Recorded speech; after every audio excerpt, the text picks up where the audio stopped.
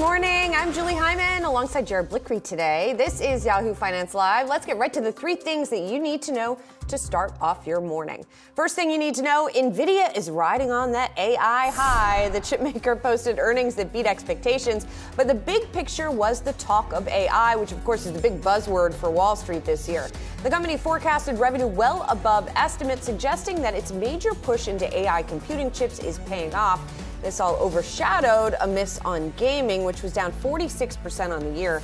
NVIDIA has been dealing with a decline in sales in that segment like the rest of the chip industry, but CEO Jensen Huang expressed confidence that gaming is on a path of recovery. Second thing you need to know this morning, markets seem to finally be on the same page as the Federal Reserve. If you look at where Fed projections are and where the market is pricing things in, it is clear they're finally in alignment, at least for right now. At the Federal Reserve's most recent meeting, officials pointed to signs that inflation is coming down, but not enough to cut out the need for more rate increases. This was shown in those minutes released from the meeting. It also showed that policymakers are determined to use a slower pace of rate hikes to tame inflation. And the third thing you need to know, the new bond king is weighing in on everything from the 2024 election to the war in Ukraine to the Fed. Yahoo Finance's Brian Sozzi sat down with DoubleLine Capital CEO and founder Jeffrey Gundlach for an exclusive conversation in Tampa, Florida. Just a tidbit from that interview, Gundlach says that the biggest geopolitical risk right now is China taking over Taiwan. We'll hear his full take in just a few moments. You can also find it on the Yahoo Finance platform. Well, NVIDIA posted a slight beat on earnings in its latest quarter despite a big year-over-year decline in its gaming revenue. The company's betting big on AI and extending its AI ambitions in that field. Let's break it all down with Arete Research co-founder Brett Simpson. Brett, thank you so much for being here. So the company's been in AI for a while. It seems to be really good at sort of branding itself, right? Related to whatever the latest buzzword is. So how big is the opportunity for NVIDIA in AI? Yeah, thanks, Julie. I think if you look back to the data center division a couple years ago, we went through a product cycle called Ampere. And effectively, NVIDIA's revenues was running at about $1 billion a quarter at the beginning of 2020. So we're now moving into the next product cycle, which is called Hopper. And the business is now quadrupled in size. So even though we haven't seen the benefits of new models like ChatGPT, we've seen this revenue run rate really soar during the Ampere product cycle. Now, when we look at Hopper, which has just really been ramping for about a quarter, it's just starting out now, we would expect revenues in their data center division to at least double during the Hopper product cycle and probably double again with the next product cycle that kicks in. And typically their product cycles last 2 to 3 years. So, I think they're in a good place. At the moment, we're obviously in a downturn for semiconductor. You wouldn't think that by looking at the data center division, NVIDIA, it held up, very well. But certainly when the products start to get really ramped up into the second half of the year, we would expect to see NVIDIA's data center business to really accelerate year-on-year growth. Now, let me ask you about that. How much does, looks like there was a small miss in January. Does that matter that much when you think about NVIDIA business as a whole and the data center business within that? How much is that really relevant going forward? Yeah, Jared, I think when you look at the sort of historical fundamentals, this last couple of quarters were tough because you're relying on legacy product and hyperscalers are planning for the next product cycle. And so they really want to invest in the next big thing. And when you look at the size of these new models that are coming out, you need new hardware. So I think folks are looking beyond the current environment, which is obviously a little bit depressed, particularly in gaming. And they're thinking about how can, models like ChatGPT really help to drive an inflection in NVIDIA's business over the medium term. So it's less about numbers near term. It's more about sort of thinking through the next couple of years and the earnings potential of the business. Yeah, it's more about vibe right now, it feels like, for lack of a better word, Brett. You mentioned ChatGPT, and you said in your notes to us that the next wave in AI-powered chips will be about inference rather than training. In other words, now, if there's an AI chip in an autonomous vehicle, it has to be trained how to drive the vehicle. What do you mean by inference?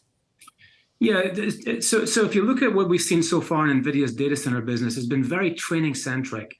And so, that's the upfront engineering that makes a model commercial.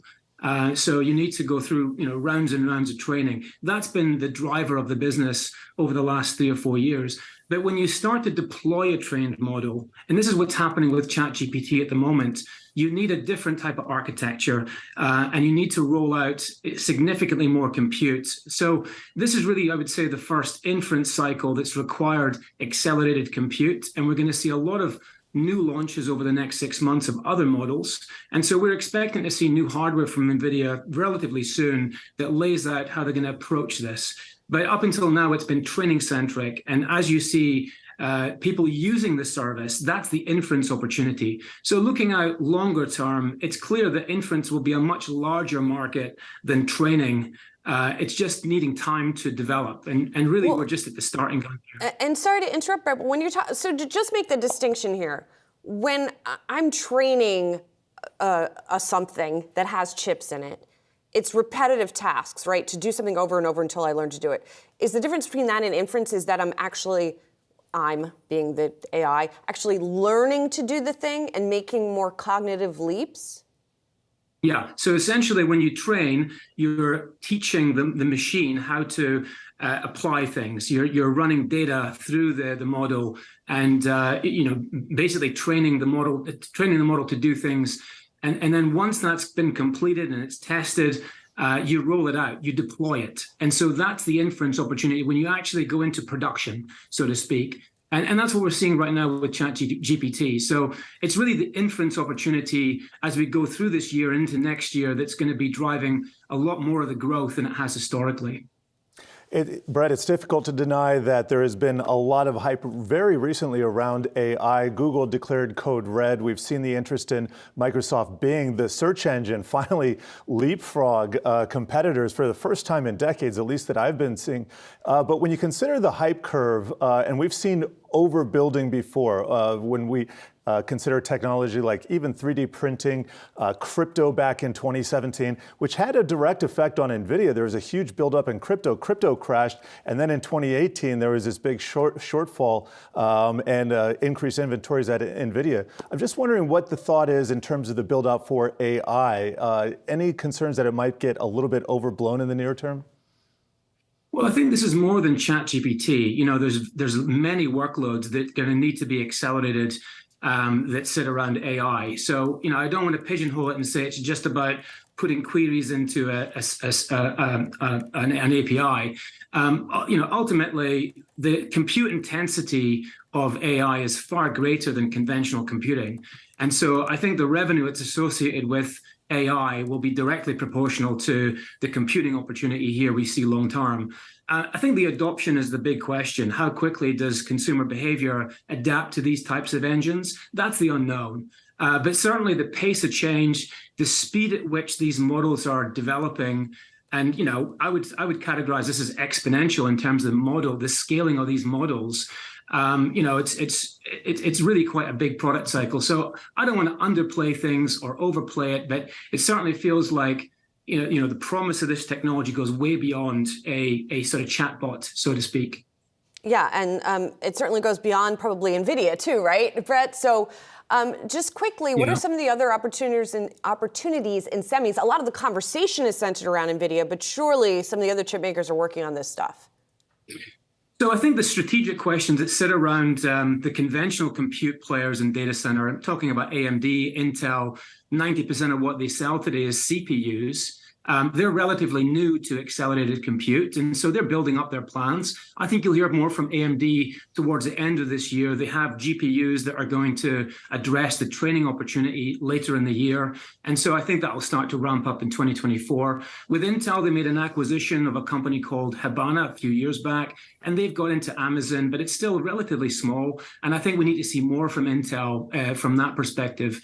So I think over the next couple of years, the strategic direction around Intel and AMD is going to be quite important for how investors view those names. In terms of other ways to play AI as a theme in semis, there's various different names that we would throw out. Number one, you could play the bottom of the food chain, the equipment companies that sell into the fabs, guys like ASML, Applied Materials, Lam Research. They're all going to benefit from the growth that AI brings to semiconductor. So that's certainly one way to play this. You could also look at TSMC, the dominant foundry at leading edge that's, got a very high market share of any AI silicon that gets made today and tomorrow. And that's another way that you could play this theme. And then also, we would say one of the areas where I think has been largely underestimated as an opportunity is memory companies. And so, look at DRAM. AI is really memory intensive, and these memory players, and I'm talking about the Microns, the Hynixes, the Samsungs, they've had a really tough downturn this last sort of 6 months. They're in a tough spot. But if you're looking at recovery catalysts and the amount of memory that goes into these AI systems, I think that could be a really important catalyst for memory companies, and these are very cheap stocks at the moment. Yeah, really incredible to just think about some of the potential long-term deflationary aspects and disinflationary potential of this entire sector. Really got to leave it there, but thank you for your time here at Insights. Arete Research co-founder Brett Simpson. All right, we got to talk about the Fed because the Federal Reserve is showing no signs of a coming pause as officials appear to remain steadfast in their commitment to beat inflation. According to minutes from the central bank's latest policy meeting, a number of Fed members were concerned that financial conditions had eased and could require more rate hikes than thought. Julie, I was listening to Powell a few weeks ago when he was talking about things. He didn't push back about the easier or the financial conditions, which really had eased a little bit. Now, over the longer term, they've definitely strengthened, but they have eased in the short term. You could say it facilitated a rally, the rally that we had this year. So I didn't really see anything new in there, but the market really didn't react that much. It didn't react that much, but what the minutes have sort of marked as a point in time is the point at which we have finally seen the Fed and the market come together, right? We've been asking the question all year long, right? The Fed says it's going to be raising rates till a certain point. The market doesn't believe them. Right. Who is right? And at least at this moment in time, we'll see if it changes, the market believes them now, that the Fed is going to raise rates 3 more times by a quarter point each through the July meeting. Yes. Again, that could change, but it is interesting because the Fed hasn't necessarily had that credibility or believability on the part of market participants. Yeah, and we have a couple charts here. First, can we show how these two things have converged? This is going to be the Federal Reserve's dot plot forecast for where they see short-term interest rate going. You can see 2022 on the left, 2023, there is a bump there. And that's what we're saying. We have finally seen a convergence between what the Fed is expecting and how markets are pricing this in. And this is in short-term interest rate futures and derivatives. When you trail out to 2025, you can see those rates lower. But let's show another chart. This is going to show the U.S. Treasury yield curve, how it has changed and advanced higher. It has shot higher over the last month. Now, 50 basis points in the belly of the curve. That's what we call 2, 3, 5, 7. Those tenors in there. 50 basis points is just an incredible move for that part. And so that has slowed the advance that we saw in risk assets. But what's interesting to me, let's go to the Wi-Fi Interactive. I got one more chart I want to show here. Just stick with me. This is the Qs. So this is basically the Nasdaq 100. This is ETF versus bonds, TLT. And you can see here at Nasdaq, the Qs, they came back here in January, retested these lows from October, November, late last year, and then they took off. Now, when we saw bonds retreating before and interest rates going higher, they move inversely. We saw the Qs retreat to those lower levels, but when it happened this last time, there wasn't that much of a retracement. So we have a short-term uptrend in the Qs, that is the Nasdaq right now. So interest rate, this latest shift higher did not weigh on the market as much as it did before. That tells me the market is finally coming into agreement with the Fed, and that should slow down all this volatility that we see in the rates market and the currencies, then it feeds into risk markets. Pricing it in and getting accustomed to that view. That's the process we seem to be in right now. All right, our executive editor, Brian Sozzi, got a chance to sit down with Double Line founder and CEO Jeffrey Gundlach in an exclusive interview yesterday. They discussed a lot. Everything from the 2024 election to the impact of the debt ceiling. I love this tweet and very informative as always. On January 17th of last year, you said, The 2024 presidential election is barreling down the tracks. Fasten your seatbelts. Take us through some of your thinking as it pertains to the markets as we head into that event. Well, it's too early now, way too early for the markets to be focusing in on this. But I've been predicting for quite some time that we're not far away from a presidential election that nobody wins the Electoral College. In other words, it'd be 3 parties. And it looks like 2024 could be, it's not the odds-on probability, but it's far greater than it's been in a while, ever since maybe Ross Perot or something like that. And it's because the parties don't exist anymore. You know, the Republicans have been fighting since Trump showed up on the scene, and that hasn't stopped. And now the Trump supporters are yelling at each other that they're starting to hate each other. And on the other side, I mean, you've got this radical part of the party, which has dominated much of the agenda, and you've got all these really old people that just won't give it up. And I think that the embedded supporters of the old people will be fighting with the younger generation. And that could lead to a 3-party or even a 4-party type of a situation. So that would be a real problem if it got thrown into the House of Representatives. I imagine a big problem for markets? Sure. I mean, because markets don't like uncertainty. And, you know, we've had, over this 40-year falling interest rate period and Fed to the rescue and all that, you know, we've had sort of a one-party system. I mean, there wasn't much difference between the Bushes and Clinton and Obama. There really wasn't much difference. And then Trump showed up and he forced a difference. And it revealed, you know, discord underneath the surface of American society. And it hasn't gotten any better, obviously. All you have to do is read the news. You have to read 2 opposing news sources. Mm-hmm. And it's clearly they're watching 2 different movies. And you know, I hear politicians using the word like America needs a divorce. And then the old people say, no, we just need marital therapy. Mm-hmm. We need counseling. We don't need divorce. I think counseling usually doesn't work. So I think politics are a pretty big issue. And there's a lot of radical tax proposals of you know, tax the rich and all that. And then, you know, what are we doing? Why are we not taking on fentanyl? Why do we have all this tons and tons of fentanyl coming in over the southern border? Why don't they stop it? Why doesn't the political establishment stop it? The only possible reason is because they don't want to, which begs the question, unfortunately, why don't they want to? And there's all kinds of crackball theories about that. You know, oh, they're looking for constituents to vote for them. That I find to be a very poor strategy. Maybe they're doing it, but I don't think it will work. What's to guarantee they're going to vote for them? You know, and some people, you know, think that they're getting money from the cartels. There's all kinds of weird theories. I have no idea. I can't even handicap what the correct answer is, but they don't want to stop it. And this is a real problem. And we seem to want to be perpetually at war. Proxy wars, primarily, with American soldiers either on the periphery or not really getting shot at, or now in Ukraine, we're just dumping tons and tons of money. So I really think, you said, what's one of the biggest risks? I don't know if it's a risk for this year or not the months ahead, but I think China taking over Taiwan is a very significant risk. They love the fact, I'm sure, that we are destroying a lot of our munitions in defense of Ukraine, which obviously depletes our ability to arm Taiwan. So they'd love us to blow up all our stuff in Ukraine.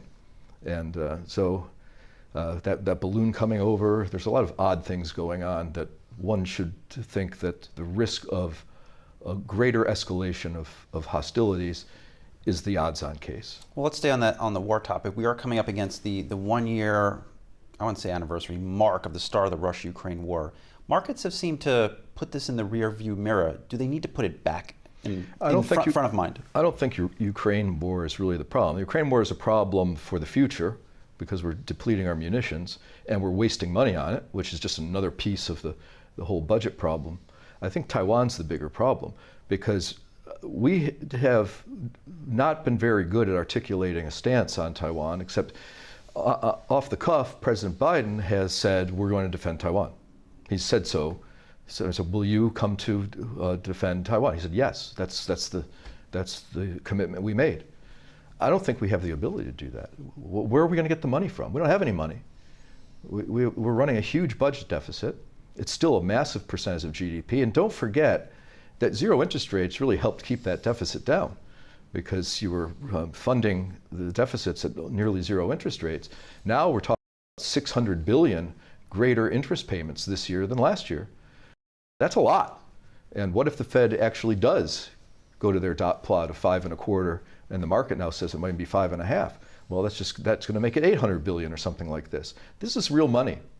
And so that's just going to make the difficulty of dealing with the debt ceiling that you referenced earlier and the deficit problem obviously that much worse. Jim Grant, and Grant's Interest Rate Observer, it was funny, I'd been thinking about this and talking about it, and I hadn't communicated with Jim Grant, and then all of a sudden his last essay, his last publication of 2022, the lead essay, was on this topic of the government is now in the wrong part of the interest rate cycle with borrowing costs going up. And I read it and I said, this guy read my mind. I mean, it was almost a verbatim. Well, of course, he writes it better than I can articulate myself, but his points were exactly point by point in the order that I was thinking about them. And that made me think, you know what? This issue is actually starting to get a reality in people's real-time formulation of policy. And so I think that's a big issue, and it's going to be a major, I think it's going to be a major point for the 2024 election. So we'll see if that ends up happening. Listen, Jeffrey Gundlach made his name by making a lot of money in the bond market. Bond king. Bond king. Well, after Bill Gross, he became the de facto bond king. But so it's difficult for me to know if these political predictions and therefore implications for the debt of the United States, which is, of course, the bond market, are going to be true or not. Yes. But you got to wonder. So a couple different places that could come from. Is this some A-list celebrity from Hollywood just spouting out political views? No. But is it possible he's talking his book? Absolutely. So, if there's money involved, you question the motives of somebody. But is he talking his book in a way that's being disingenuous? I don't think so. I will also say that there have been market participants for a long time who have been flagging with alarm the U.S. debt to GDP, and it hasn't proven to be a problem. Yeah, right. That's not to say it won't eventually, but they've been talking about it for a long time. Well, and Japan is the canary in the coal mine. We've seen their debt to GDP just absolutely explode, and plus the weakening yuan. Going to be very interesting to see what happens with Japan this year, because their central banker, their chief, Kuroda, is out in April, and so I think that's kind of a template for what happens here. The debt ceiling, yeah, it's going to get resolved probably at the last minute. Is it going to cause some problems in the risk markets if it's dragged on too long? Yes.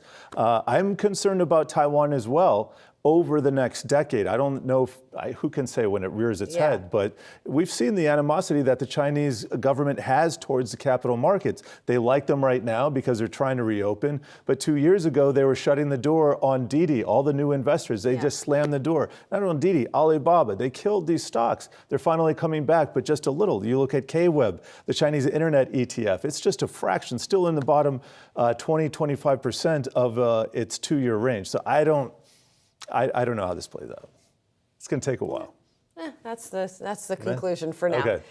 Who knows? Coming up, shares of Lucid are plunging as revenue falls short. We'll discuss that and have the opening bell on Wall Street in just a few. Plus, which meme stocks rallies may be short-lived. We'll do a deeper dive into my morning brief with Interactive broker Steve Sosnick.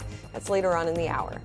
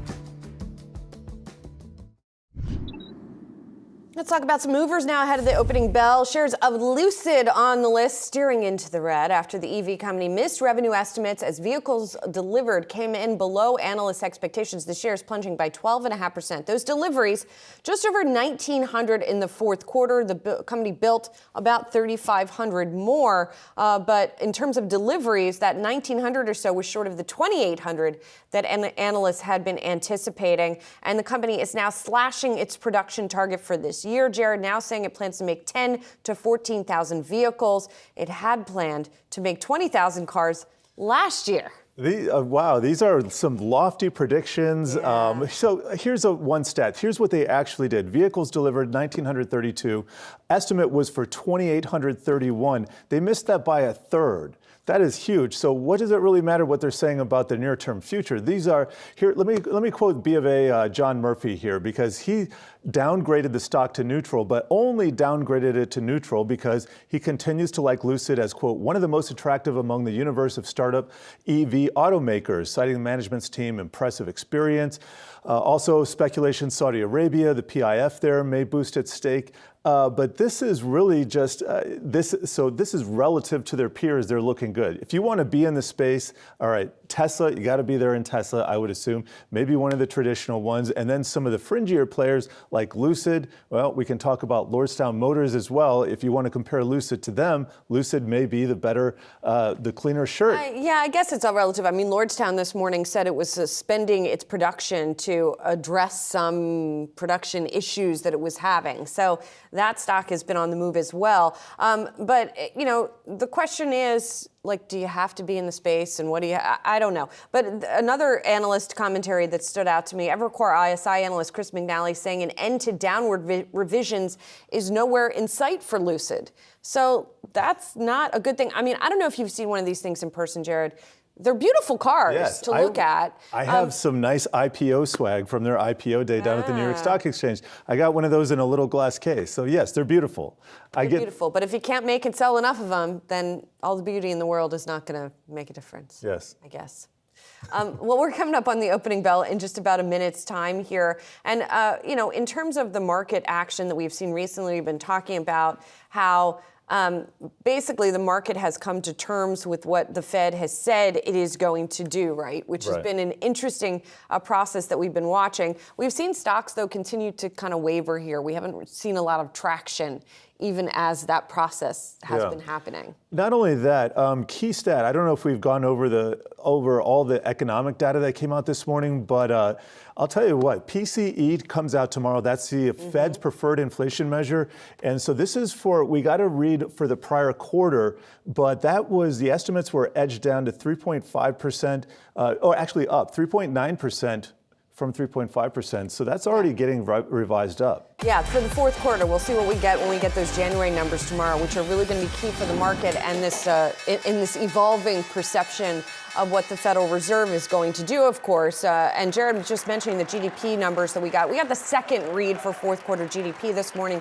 The overall number showing expansion for the U.S. economy of 2.7% last month versus the 2.9% estimated. Initial jobless claims just remain remarkably low, below 200,000 yet again last week, which speaks to this enduring strength of the job market, the labor market, which has been a problem for the Fed, right? But no problems in sight here this morning, at least if you look at the initial trade. The Nasdaq in particular gaining some steam, up 1.1% there, Jared. What are you seeing out of the gate that stands out to you? Yes, I was just looking at a two-day chart of the S&P 500. So we have now reclaimed whatever was lost yesterday. But importantly, it was the day before that we had the worst day of the year. So let's take a look at what's happened this week. Still down about 1.7%. The Dow, it looks like it's off about 1.5%. And the Nasdaq, which suffered the most, and it is in fact down the most, down about 1.9%.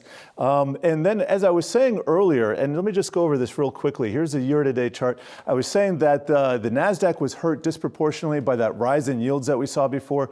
It looks like this could be a healthy uptrend that we have in place here. So we'll have to see, do we come back here? Do we come back here? We want to see a rising series of higher highs and lower and higher lows as well. Let's take a look at some heat maps. Here's the Nasdaq 100, big stand standout here. NVIDIA up 12%, Pinduoduo up 5%. I think a lot of Chinese stocks popping now on the back of Alibaba earnings. We're going to talk about that with Ines Ferre later in the show. And let me just take a look at our leaders here. There's some of our sentiment indicators.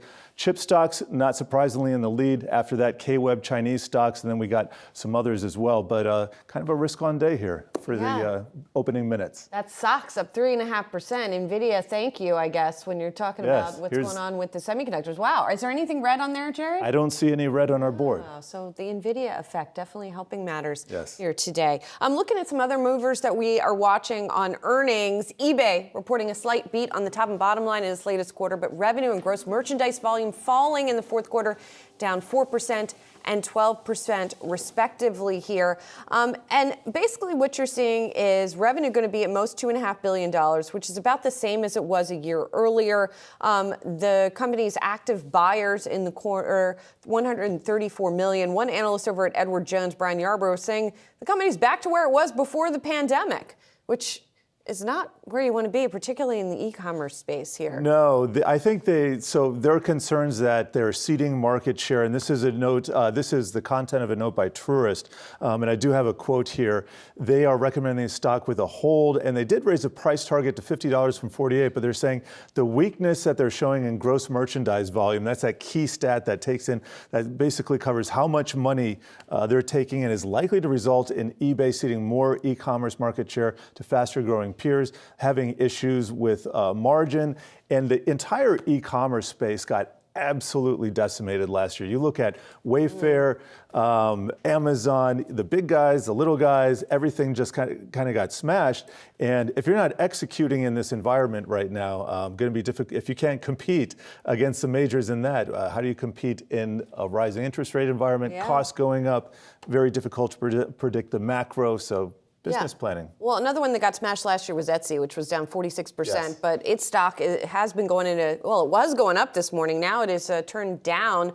The company's quarterly results did beat revenue estimates. Its consolidated revenue reached a record $807.2 million, up 12.6% year over year. And this company, interesting here, it came out with its gross merchandise volume, or gross merchandise sales, I should say, $4.03 billion, which was down, 4% year over year, but did beat estimates. Active sellers down a little bit, active buyers down a little bit to 95.08 million, and the company's adjusted EBITDA margin at 28%.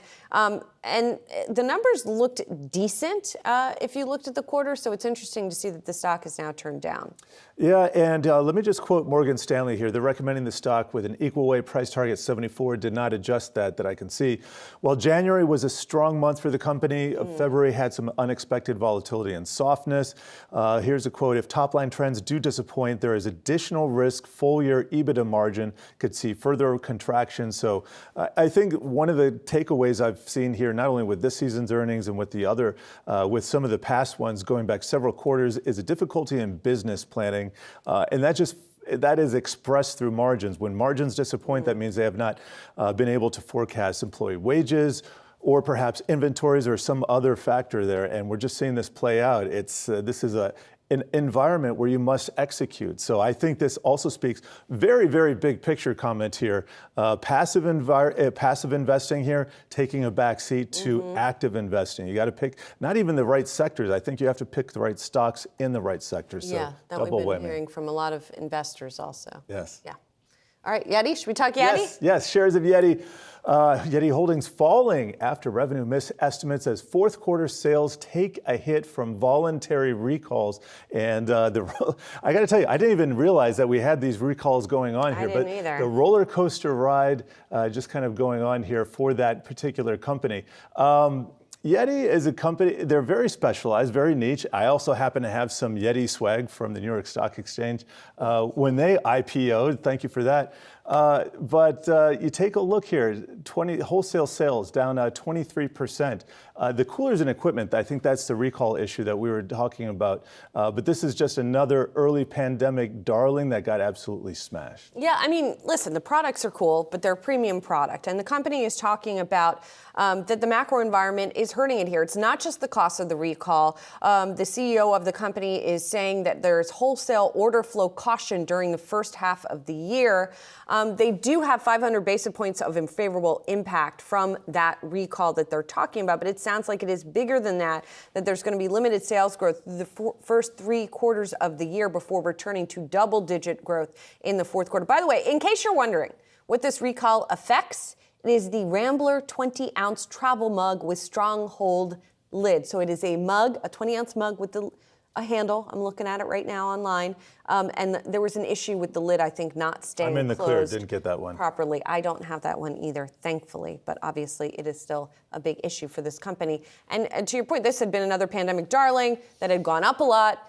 Then it came down a lot, and then obviously seeing some fundamental issues here. Yeah, you take a look at some of these stocks that are still 80, 90% down, not singling out Yeti in particular, though. Going to be a long, long while before they, if ever, resume those highs. Well, Julie, we got to move on to the morning brief because the roller coaster ride for meme stocks is not abating, and we got to do a deeper dive into your morning brief, and we're going to do that after the break here.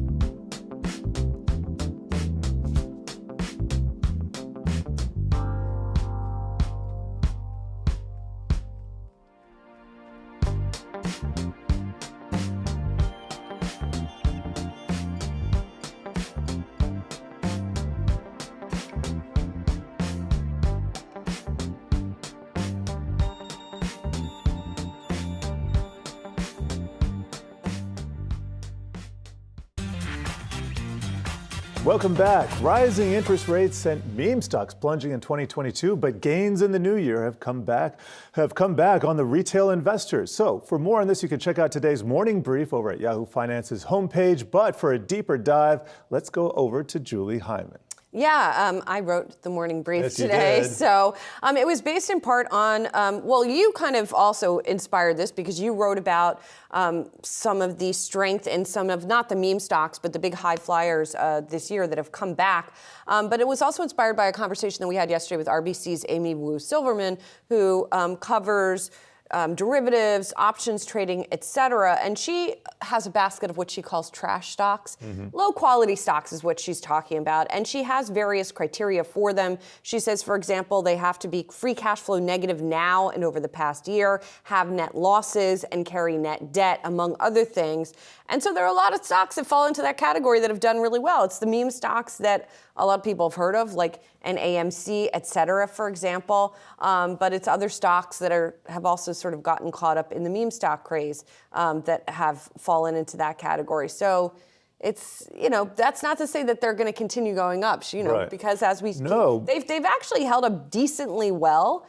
But that doesn't mean they're going to continue to do so. No, arguably they were leading the rally this year because they were up the most. But Callie Cox was in our studios yesterday, brought up a really interesting stat. 44 of the top 50 performing Russell 3000 companies this year, so that's short or small caps, mid caps, and also large caps. 44 out of the biggest 50 zombie corporations. So they're not even covering with cash their interest payments over the last year. So can this continue with this particular basket of stocks leading? No, because it just doesn't happen historically, but you can enjoy it while it happens, I guess is the Yeah, and just real quick to take a look at meme stocks on the Wi-Fi Interactive, I've got a year-to-date map of them up. And here they are. There's a lot of green. If you look at them equal weight, it's even more obvious. More than half of them have risen a lot on the year. I'm getting a lot of heat on Twitter this morning for this particular name, which I mentioned in the piece, because a lot of people are fans of AMC, and it's up 52% year to date. It is indeed in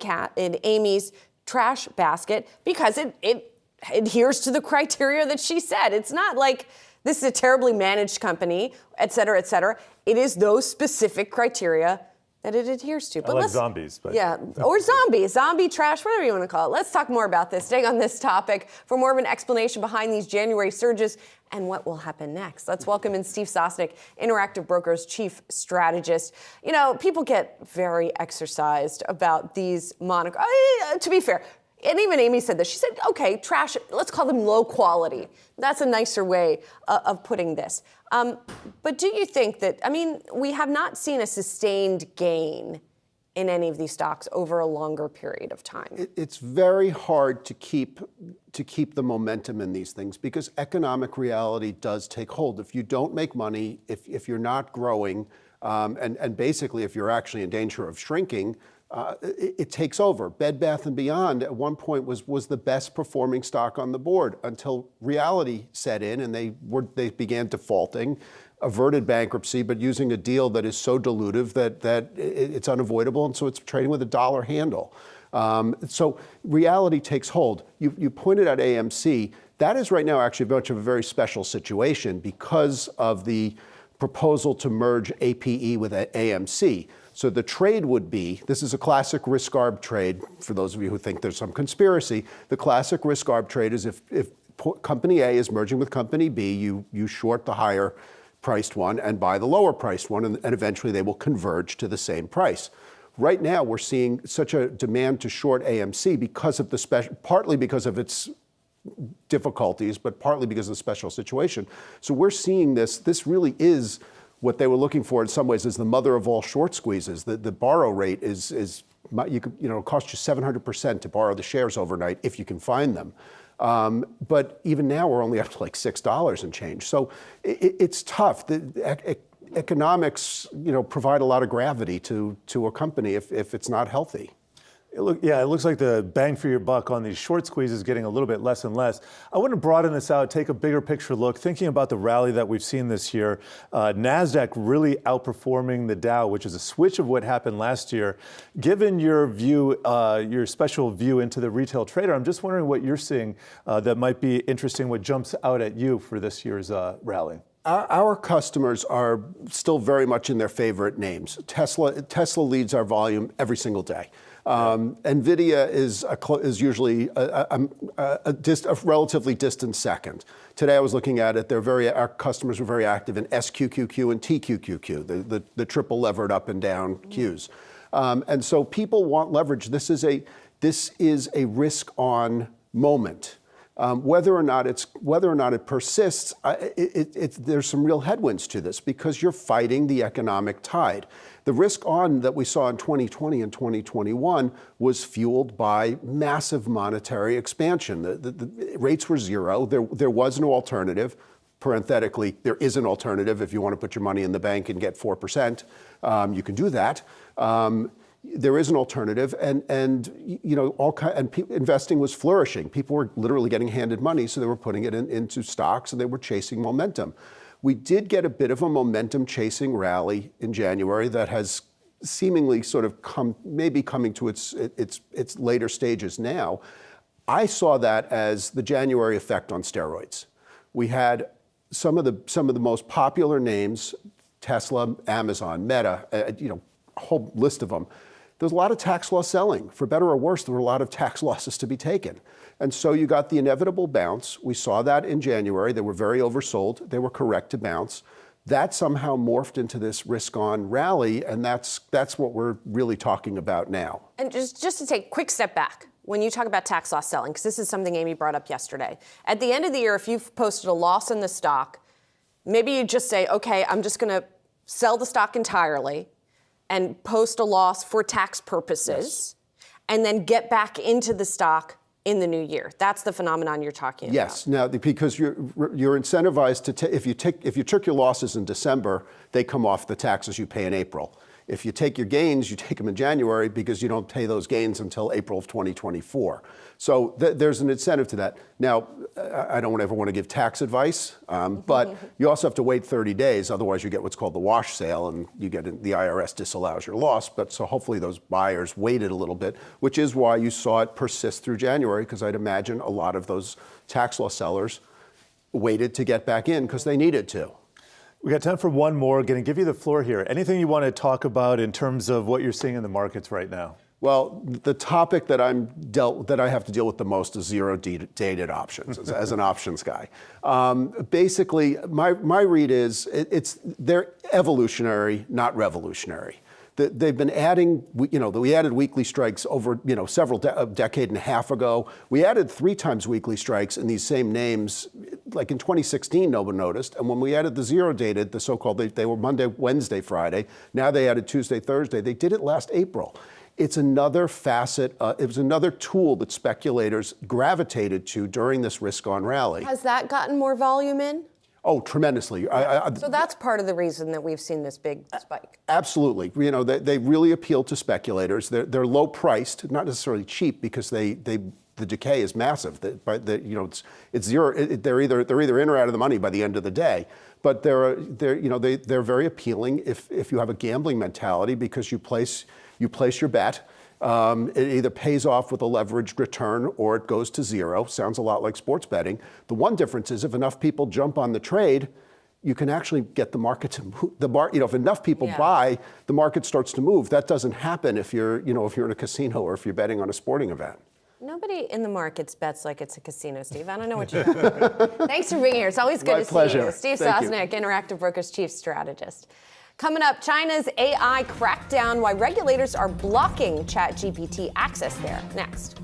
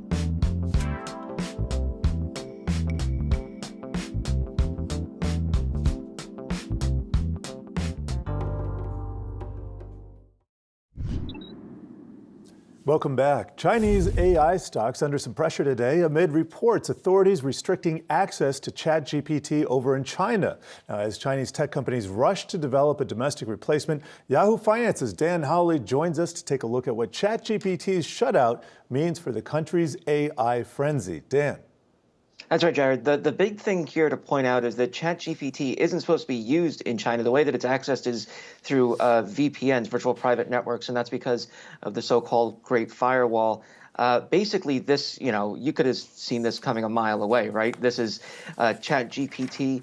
It can come up with unique content, but it also has information from the web and information that the Chinese government doesn't want people to see. So, it was just inevitable that ChatGPT and similar technologies from at least Western countries would be banned in China. So now they have to develop their own means of, processing large language models, which, there are companies that are able to do that already, but to really get into the generative AI space. And, they're certainly working on those capabilities. It's just that now, all of the spotlight is on ChatGPT, OpenAI, Microsoft, and Bing, Google, and Bard. And so that leaves China in this awkward position where, they're supposed to be this technological powerhouse, and they are, but they're not playing in the same kind of sandbox that, the West is at this point when it comes to these technologies. So, it really does kind of leave those companies that focus on AI in China kind of in the lurch at this point. Well, let's talk about another one of those companies, right? We're watching the latest developments on Baidu's ErnieBot. We love the name of this one. It is, I guess it's Baidu's version of ChatGPT. Yeah, so that's what they're working on. Obviously, Baidu, a massive company, in China and globally, and the fact that they're now working on this ErnieBot, I mean, it proves that they do have the capability. The question is, how will it function versus the likes of, ChatGPT? And yes, ChatGPT has its own problems. We've seen the kind of fallout in recent weeks from people using it more often. Same with Microsoft's Bing, Google's Bard. We don't really know because they're more private about testing it. But if you look at those and then you look at Ernie, chances are it's going to have the same kind of difficulties. And then, if the appetite for the Chinese government right now is not really there for an AI that can kind of, at times be wonky, what will happen when Ernie starts to get wonky on its own? Because it's inevitable that that'll happen with, these types of technologies, especially with them being so new. Yeah, I wonder if whose Ernie's alter ego is, like ChatGPT had Sydney, according to Kevin Roos of the New York Times. Maybe Ernie's alter ego is Bert. I don't know. We'll find out. Thanks so much, Dan. Appreciate it. Coming up, we're going to check in on some more trending tickers on the Yahoo Finance platform. That's next.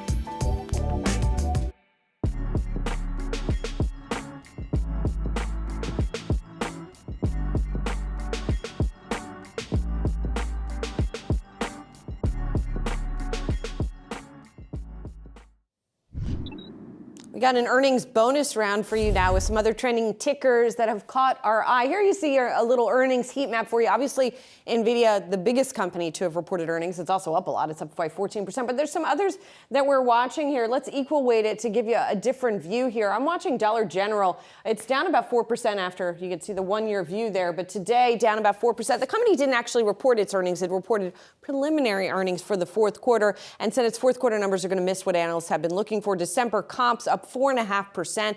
That is below what analysts have been predicting. In part, it is blaming a winter storm in December that damaged demand, but also damaged some of its inventory. The company says for the full year, earnings are going to rise 6%. Analysts had been looking for a gain of about 9%. So that's to blame for the declines that we were seeing there. All the way on the bottom of this list, we got Wayfair, the online retailer, down 15% today. The loss it reported for last quarter was wider than estimated as revenue fell by about 4.6%. What's interesting is analysts actually are relatively positive here. They say that the indications are that things are getting somewhat better, but that's not reflected in the shares today. It is perhaps reflected in what we've seen for the stock year to date. It's up 27%. And then Teladoc is down 11.5%. This is one of those pandemic darlings as well that soared as more people were getting their health care online, but then fell. It's one of those that's also bounced year to date, up 10%. But today it is down 11% after that company predicted first quarter revenue of at most $625 million. Analysts have been looking for $652. This one I always think of as well as one of the core Cathie Wood holdings. It is in her benchmark ARK-K portfolio still, although I believe she's lightened up her load of the stock to some extent, but down 11.5% today. Coming up, what Double Line's Jeff Gundlach is calling a, quote, very significant risk for the U.S. We'll do a deeper dive into Brian Sozzi's exclusive interview.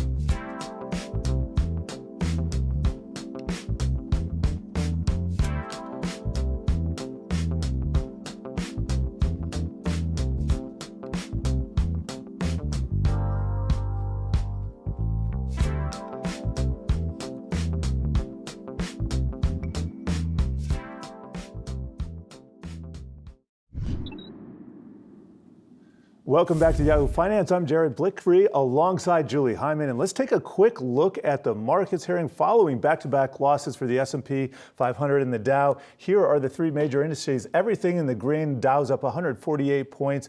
S&P 500 up about 0.75%. And the Nasdaq leading the way higher, up about 0.9%, Julie. A number of Fed officials pointing to more rate hikes than at least thought a month ago, say. According to minutes from the central bank's latest policy meeting, investors certainly keeping a close eye on the path forward for the Fed, while DoubleLine founder and CEO Jeffrey Gundlach says stocks are in a protracted bear market. Yahoo Finance's executive editor Brian Sozzi got a chance to sit down with Gundlach in an exclusive interview yesterday, touching on several hot topics for markets and the economy. The inflation outlook perhaps darkening from what was kind of pivoted to an investor's psyche, a state of relaxation. I think the stock market is in a protracted bear market. With interest rates having risen and now they're rising again, it's very negative for the stock market when you have rising interest rates against these valuations. A terminal Fed rate yesterday was up at 5.35. I'm skeptical it's going to get there.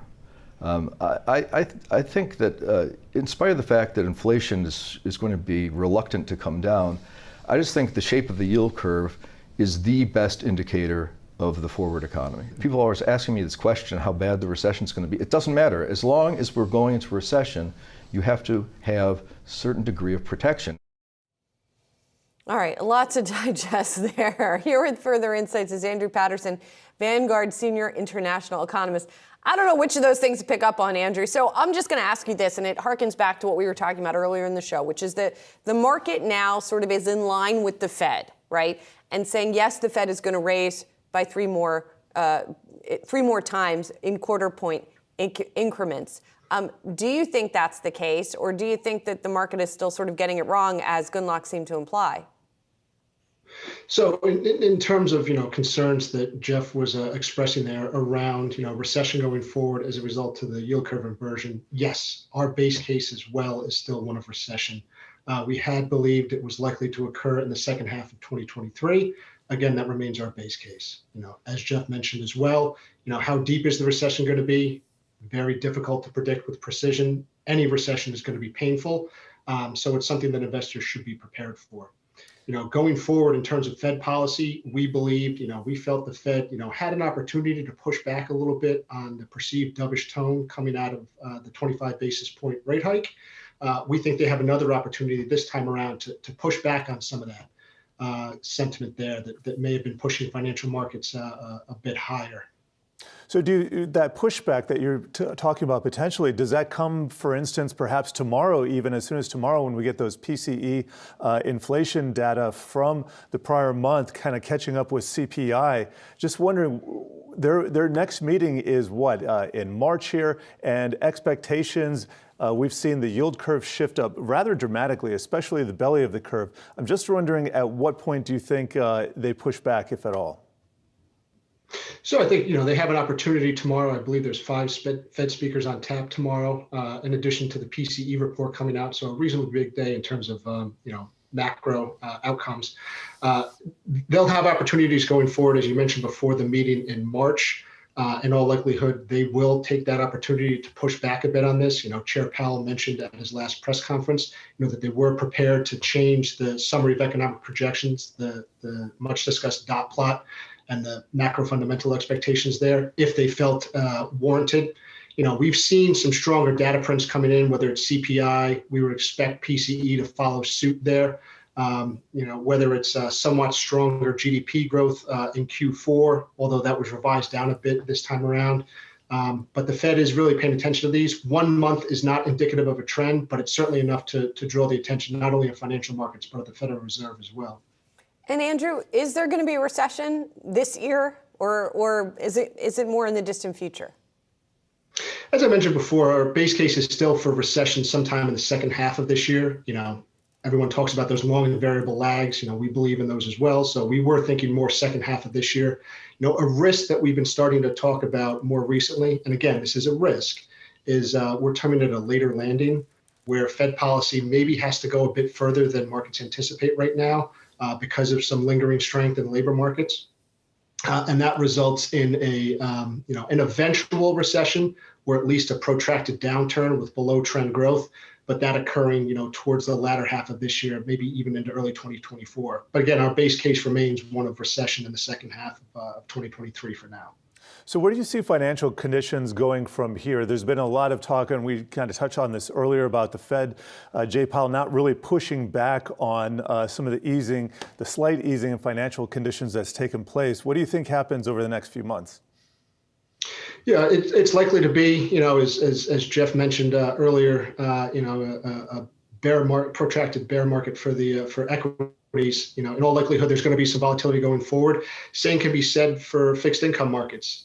That said, given where yields are today, to a very large extent, bonds are back as a diversifier, as a source of income. But that doesn't mean it's not going to be choppy going forward. It is very unlikely to be smooth sailing.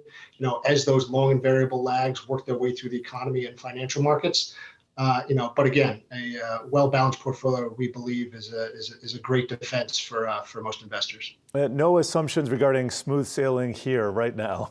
All right, thank you for that and your insights here, Andrew Patterson, Vanguard Senior International Economist.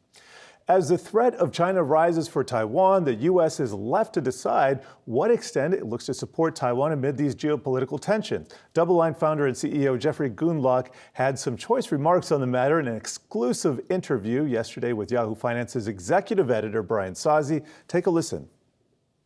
We have not been very good at articulating a stance on Taiwan, except off the cuff, President Biden has said we're going to defend Taiwan. I don't think we have the ability to do that. Where are we going to get the money from? We don't have any money. And for more on all of this, we have Yahoo Finance's Rick Newman. Rick, where are we going to get the money? Guess what happens when nations need a lot of extra revenue during a war? They raise taxes. Jeffrey Gundlach is wrong that we don't have any money in the United States. We have gobs of money, but most of it is in the private sector. It's in Jeffrey Gundlach's bank account. And one of the things that I think you can bet on if we were to end up in a war over Taiwan or a war with anybody is we would raise taxes, and we would start by raising taxes on the wealthy. Now, that does not mean that we could necessarily win a war with China over Taiwan. I mean, that is a real problematic thought exercise to see how that would go. It would be a complete mess, without a doubt, for everybody involved. But one problem that we don't have is a lack of money in the United States. We have a huge budget deficit, but the money is there. We're extremely rich. There's a ton of money. There's a ton of money, and we don't usually have a problem borrowing more money, although people have been warning that we will at some point for a long time. He also talked about the implications of the Ukraine war for a potential Taiwan conflict, not just in terms of running out of money, but in terms of weapons that we're sending over there, depleting our reserves. I mean, do we have a dearth of tanks now because we're sending them to Ukraine? So Jeffrey Gundlach is not going to get appointed Secretary of State anytime soon. He made some good insights, but I think he's also completely overlooking a couple of things. For one thing, we are getting something for the money that we are providing Ukraine and for the weapons we are providing Ukraine. Guess what we're getting for our investment there? We're getting the rapid degradation and perhaps near complete degradation of the conventional Russian military. Guess why we have an $800 billion defense budget? I mean, we have a couple of large adversaries in the world, and Russia is one of them. And for the, I think we've committed something like $100 billion to Ukraine so far. A lot of that is future spending that has not gone over there. Guess what that $800 billion in defense funding per year is for? It is for countering Russia and China and some other countries in the United States. So guess what? Ukraine is fighting this war for us. All we have to do is send weapons and some money, which we have. That is why that funding and why those weapons are there. So I think that is actually a terrific investment by the United States that is yielding much higher return than if we were not giving the money. Well, you're my personal nominee for Secretary of State, Rick Newman. I don't want it. Thanks for breaking that all down for us, putting things in perspective. Appreciate it. Well, before we go to break, we got a trending ticker for you, and that is Bath and Body Works. The shares are higher by 4%. Interesting, they were lower earlier. Now they're getting a boost. Now, there's a little bit of good, perhaps, and a little bit of bad. Let's get to the bad first. The company came out with forecasts for earnings and sales that were way below what analysts had been predicting. For example, in the first quarter, earnings from continuing operations going to be at most 27 cents. Analysts have been looking for 45 cents here. So obviously that is a big difference here. And the forecasts for the year are similarly dismal. Friend of the show, Simeon Siegel, talking about in a note that perhaps this reset is going to be a good thing if the company plans to sell less stuff at a higher price. That would be good for margins. On the other hand, perhaps on the good side for investors, if they're looking for changes at the company, reporting that Dan Loeb's Third Point plans to launch a proxy fight against Bath and Body Works to try to force some changes at the company, including excessive executive pay, according to Third Point, and lagging financial performance. The company's fought back against some of his discussions, but we'll see what happens in that fight. Coming up, Wingstop shares hit an all-time high yesterday, and we'll speak to the CEO on what led that rally next.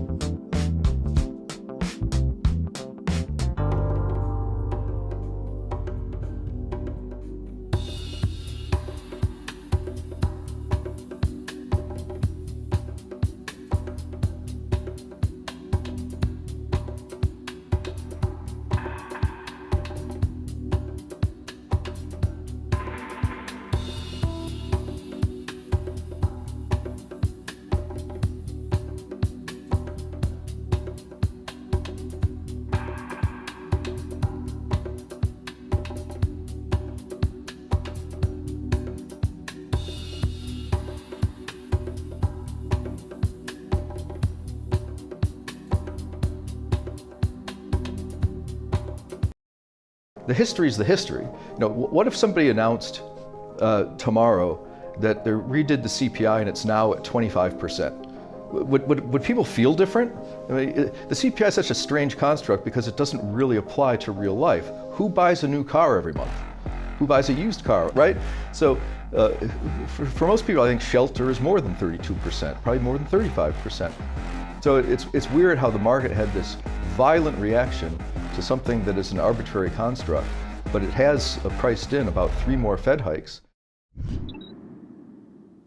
Wingstop is falling back to earth today, but the stock did hit a record high yesterday with its chicken sandwich and additional third-party delivery partnership driving domestic same-store sales up by 8.7% in the fourth quarter.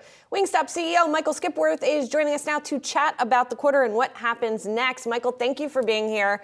Man, it feels like we are in a golden age of the chicken sandwich, doesn't it?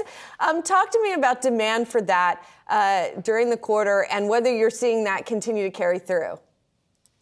Yeah, we're really excited about the chicken sandwich, and we've seen that sandwich mix in those high single digits through the fourth quarter.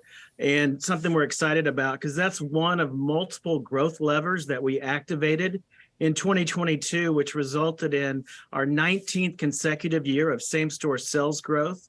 But a little bit different than most brands, we actually experienced a deflationary environment in 2022 and didn't have to take price. And so as we navigated through the end of the year, the fourth quarter, we had an 8.7% same-store sales growth, which was driven 100% by transaction growth. And a lot of those were chicken sandwiches. When looking at the time horizon, 3 to 5 years out, you reiterated your outlook, mid-single-digit domestic same-store sales growth. Citi, John Tower over there calling that a little bit conservative, but also in line, and I guess maybe expected. What's the macro view right now? A lot of companies, a lot of CEOs not able to plan for that. So what's your thinking when you're trying to deliver guidance for shareholders in this tough environment? Yeah, absolutely. It's a difficult environment for anyone to navigate, and there's a lot of uncertainty that remains through the back half of this year in particular. But as we look at Wingstop, our unique growth levers that we're activating against that are actually allowing us to bring a lot of new guests into the brand. And then in addition to that, we've demonstrated a proven value playbook that we think positions us a little bit differently than others and gives us confidence in our ability to deliver on that midterm outlook of mid-single-digit same-store sales growth. Michael, if you can, give us a little tutorial, if you permit me here, on chicken wing pricing. Because as you said, you experienced a deflationary environment last year. Anybody who's bought a dozen eggs in the past 6 months knows that those prices have not been going down. So how have the different parts of the bird and the produce of the bird, i.e. eggs, like what's been happening there? What are the dynamics? Yeah, there's been some different issues that impact the egg-laying birds, which you're seeing show up in the grocery stores and translate to meaningful inflation there.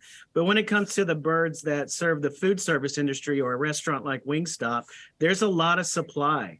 And they struggled with labor in those poultry facilities through the pandemic, and they've now returned to regular staffing levels and production's up. And so it's led to a favorable environment for poultry in general, but particularly for wings, which I think for Wingstop led to a really exciting year in 2022 with record deflation. And I think that really supported our record development year of opening 228 net new restaurants in 2022. And so, Michael, so the avian flu, for example, that really seemed to have decimated the egg-laying chickens didn't affect the eating chickens so much?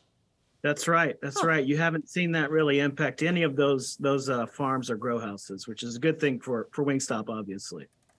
And you just talked about adding new units. I believe you said 228 for 2022. What are you looking for this year, and what kind of thought process went into the guidance that you're providing for this key metric?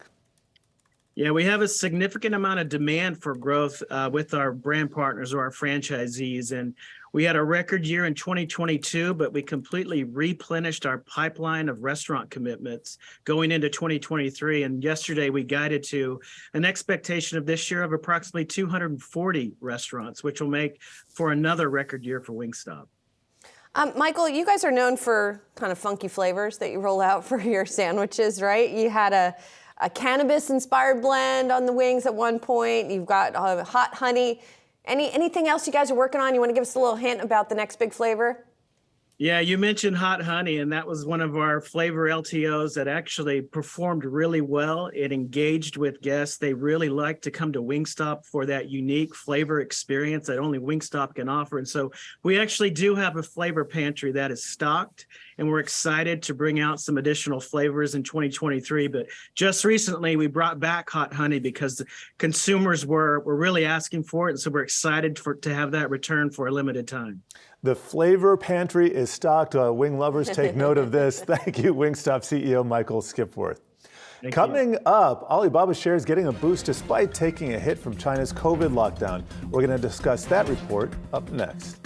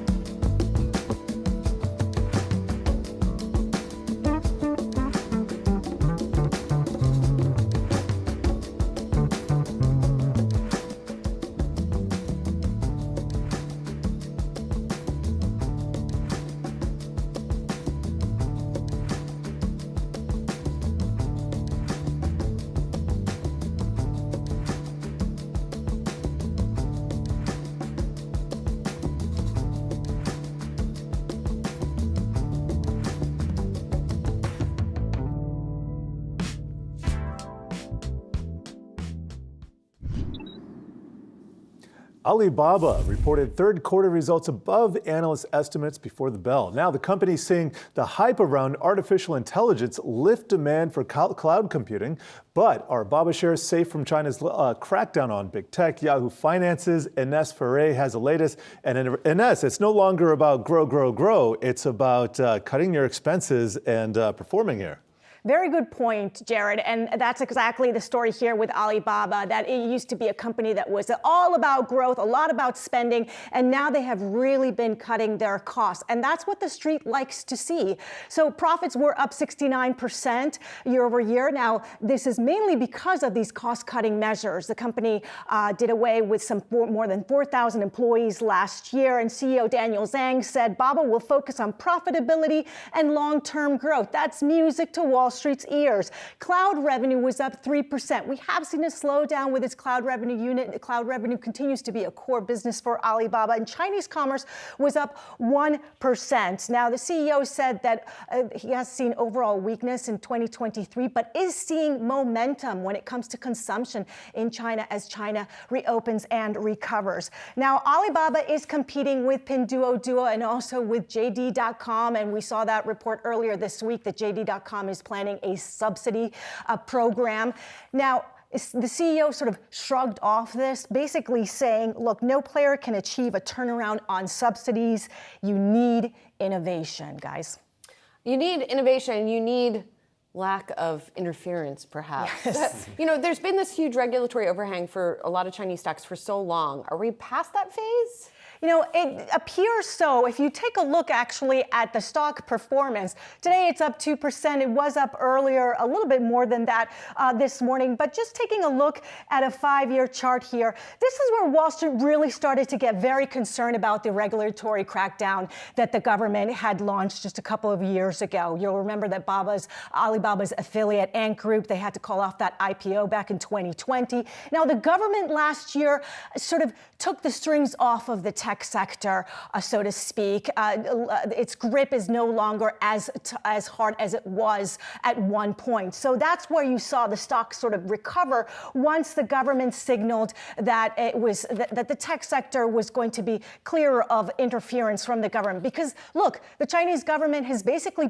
been putting growth above all else, and that's what we saw with the easing of regulations last year. Interesting. Thanks so much, Ines. Appreciate it. And Baba, by the way, one of the top trending tickers on Yahoo Finance today.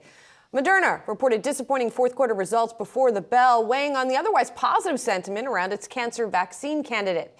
The biotech giant also filing for regulatory approval for its respiratory virus vaccine. Let's get to Yahoo Finance's Anjali Kamlani, who's been coming through Moderna's earnings call. And Anjali, you know, they've got these new candidates, but again, just to emphasize, this is still a one-product company for now.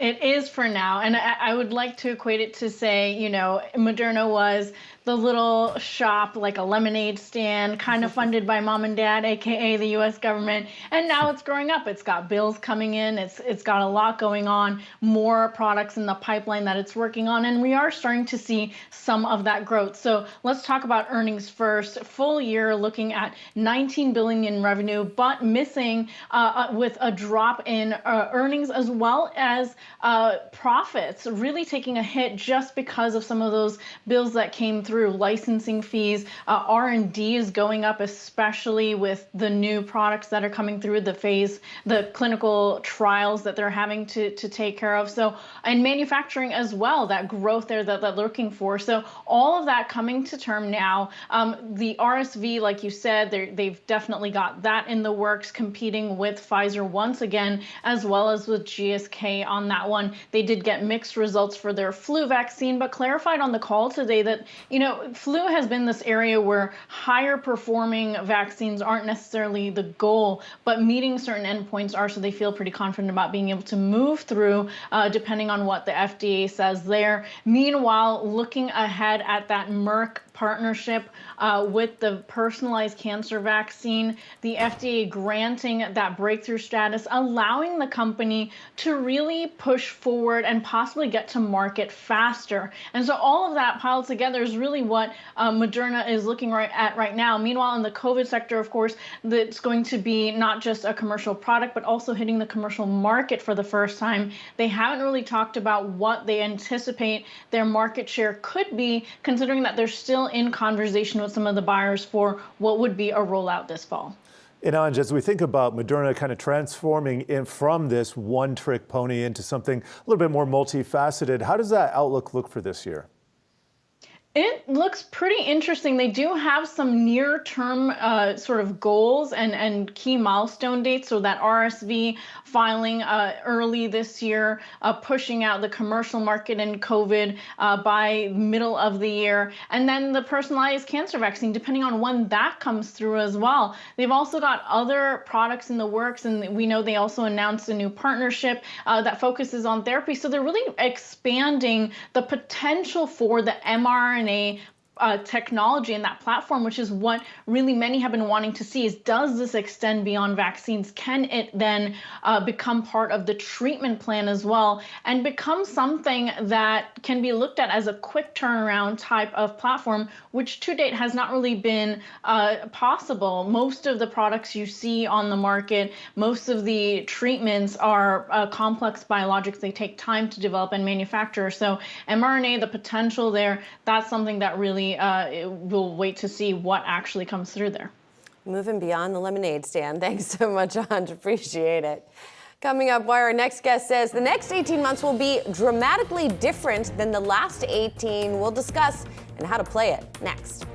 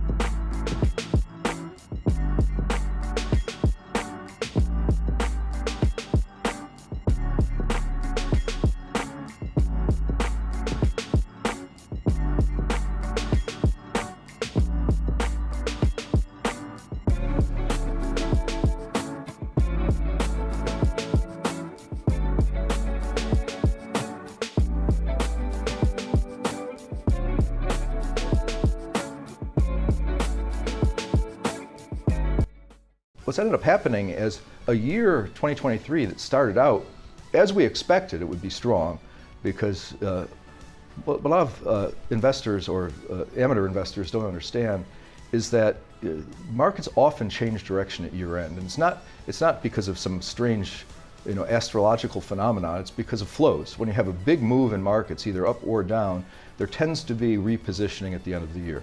So when you have losses everywhere, which of course characterized 2022, the only thing that was up was certain commodities in 2022, you have tax loss selling. And it got really brutal in November, and we predicted it would. Really brutal in November and December. And then all of a sudden, people are all done, and they come back in January, and they are rediverting capital. And you often get a complete reversal. Investors should anticipate more rate hikes to come from the Fed, but at a slower pace, according to the latest meeting. Our next guest says it's important to focus on the bigger picture by investing in companies that will fundamentally perform best if there is a recession. Alger Director of Market Strategy, Brad Newman, is here with us in studio today. Brad, it's good to see you. We said before the break that the next 18 months, in your view, are going to be dramatically different than the last 18 months. Set the scene for us. So, well, the scene starts with a huge change in monetary policy, of course. In 2020 and 2020 and 2021, the Fed printed over $6 trillion, and that was an increase of 40% growth in the money supply. Recently, the money supply has turned negative. That's a dramatic change. It's the first time since 1938 that it's been negative. So you've got this dramatic change in monetary policy, dramatic change in fiscal policy, and that is going to change what was rising inflation expectations and rising real interest rates that compressed valuations. So the highest valuation stocks got hurt the most.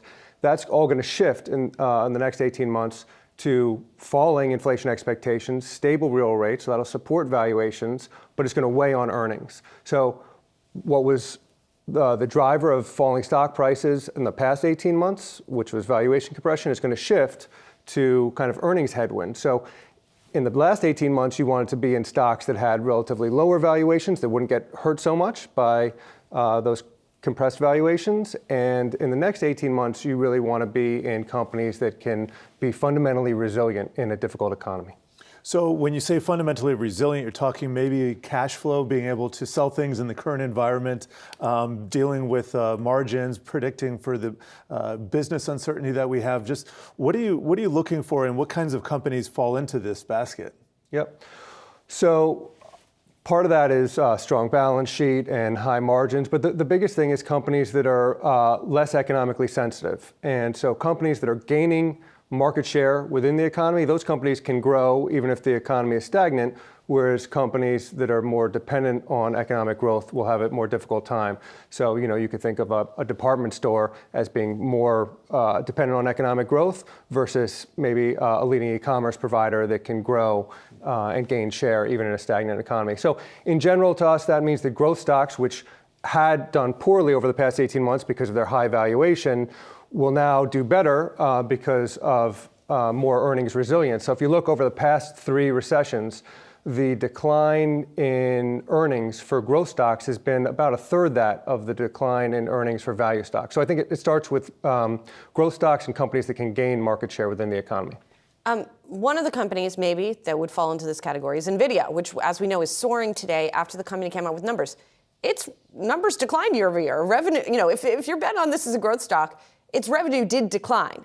But the company is talking up the potential for AI and future sales growth. Mm-hmm. Is that a company that would fit your criteria that you're talking about? It is. It is. A lot of times, first of all, in these periods of times when the Fed is tightening, a lot of the media is focused on central bank actions and what's happening in the economic cycle.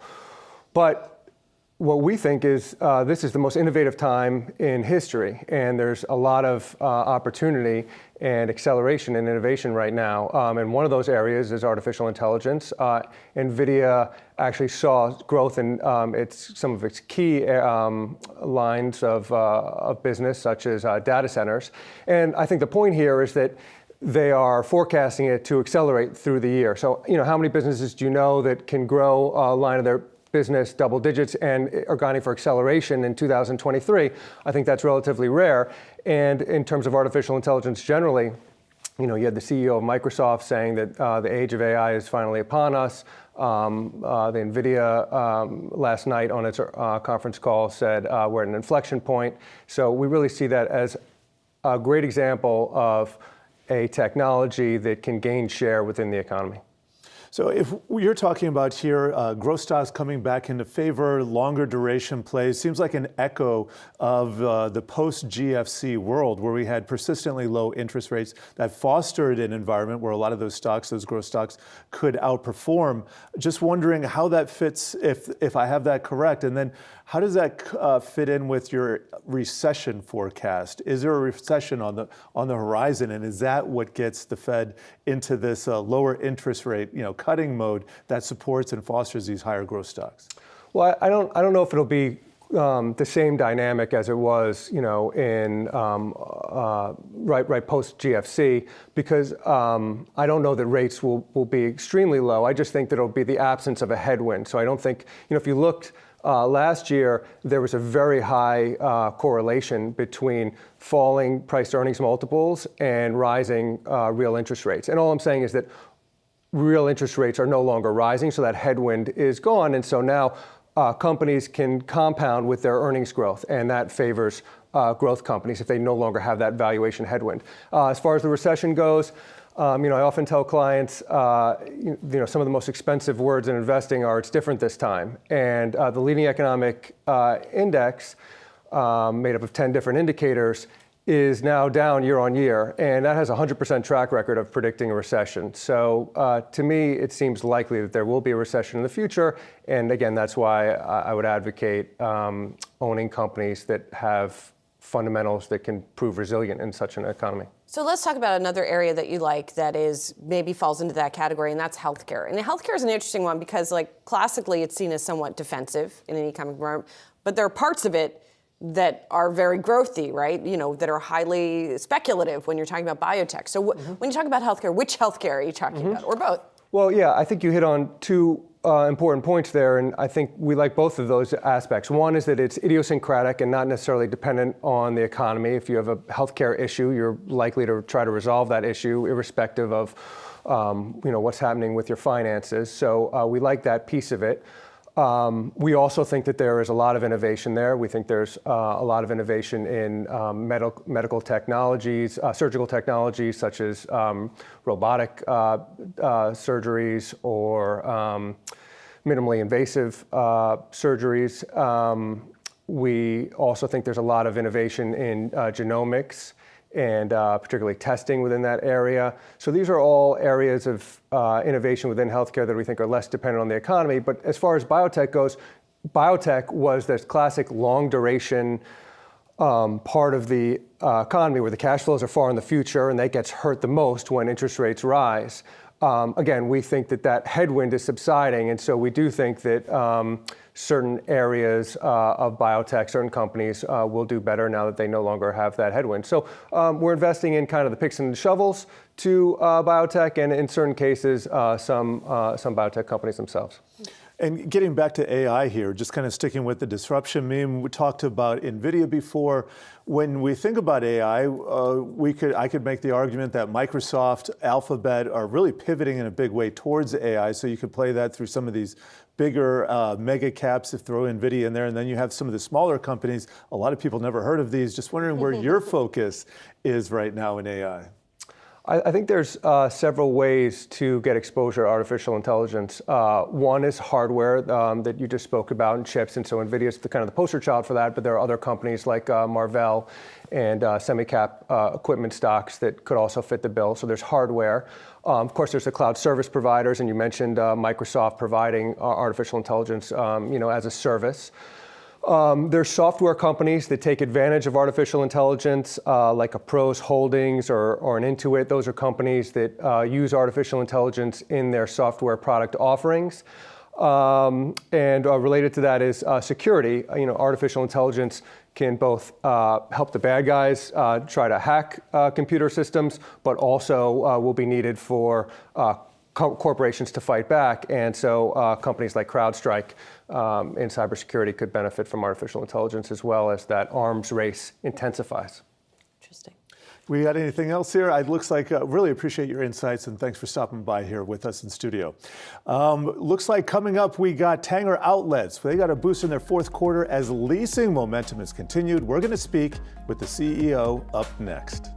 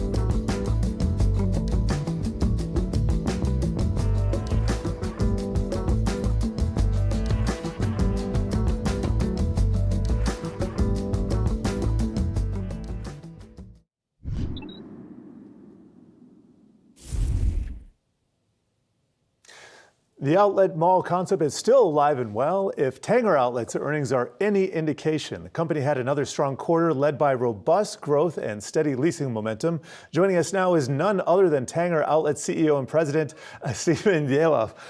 Stephen, thank you for joining us here today. Just review some of the highlights from your earnings announcements the message you'd like investors to hear.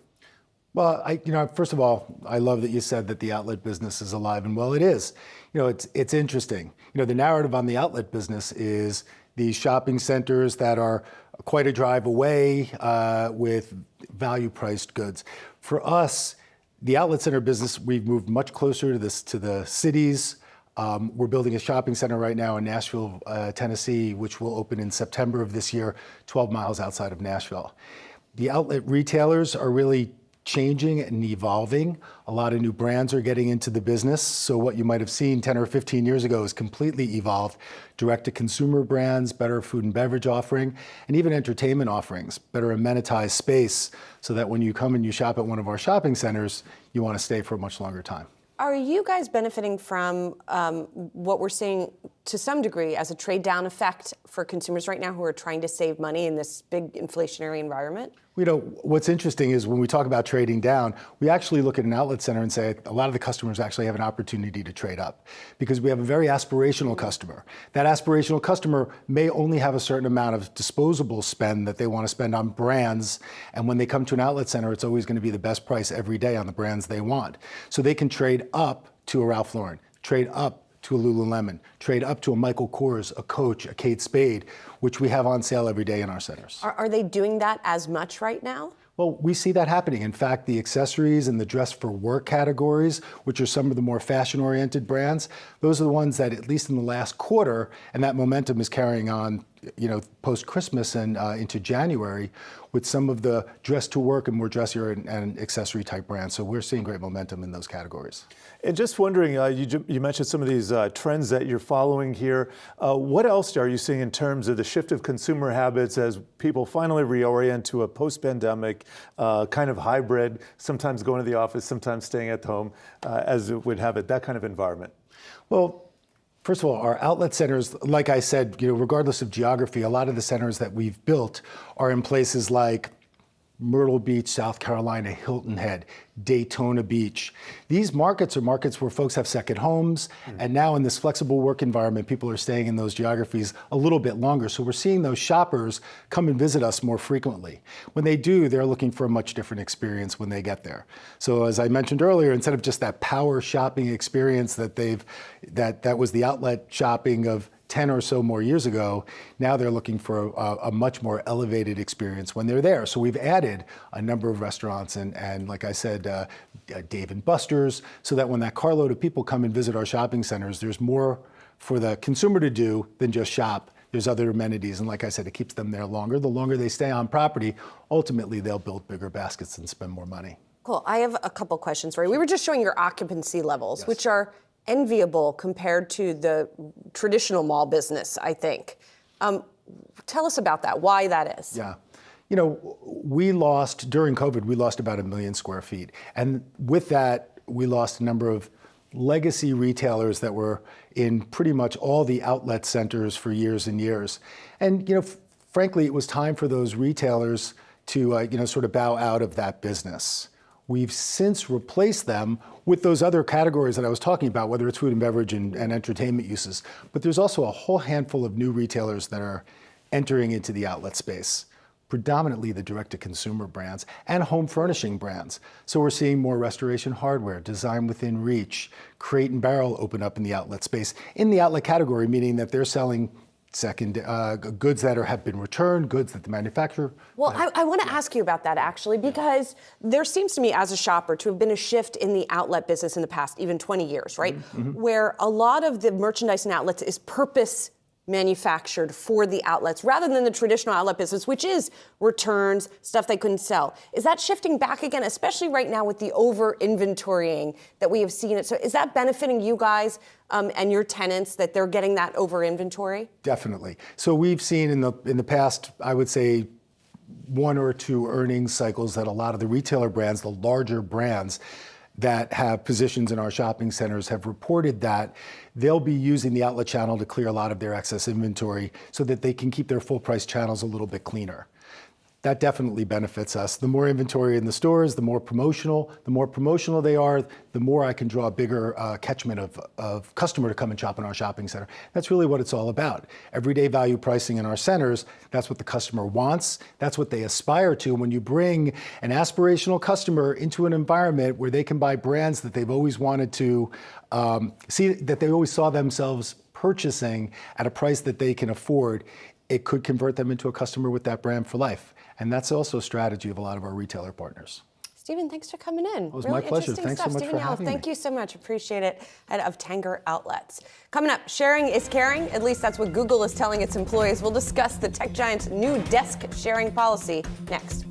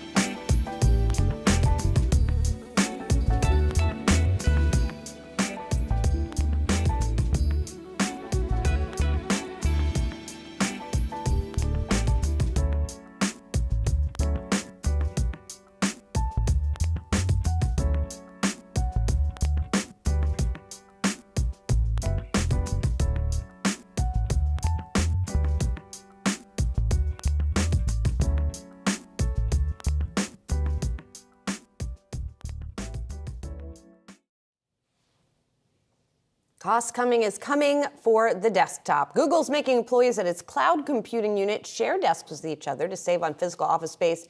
This according to internal documents viewed by CNBC. The company's going to have, they're not going to sit there at the same time, right? The company's going to have employees rotate in office days to avoid desk clashes. And it comes as parent company Alphabet continues with other cost-cutting measures, including job cuts. Google, of course, it's a huge company, right? It has a lot of cash on hand, has a lot of revenue.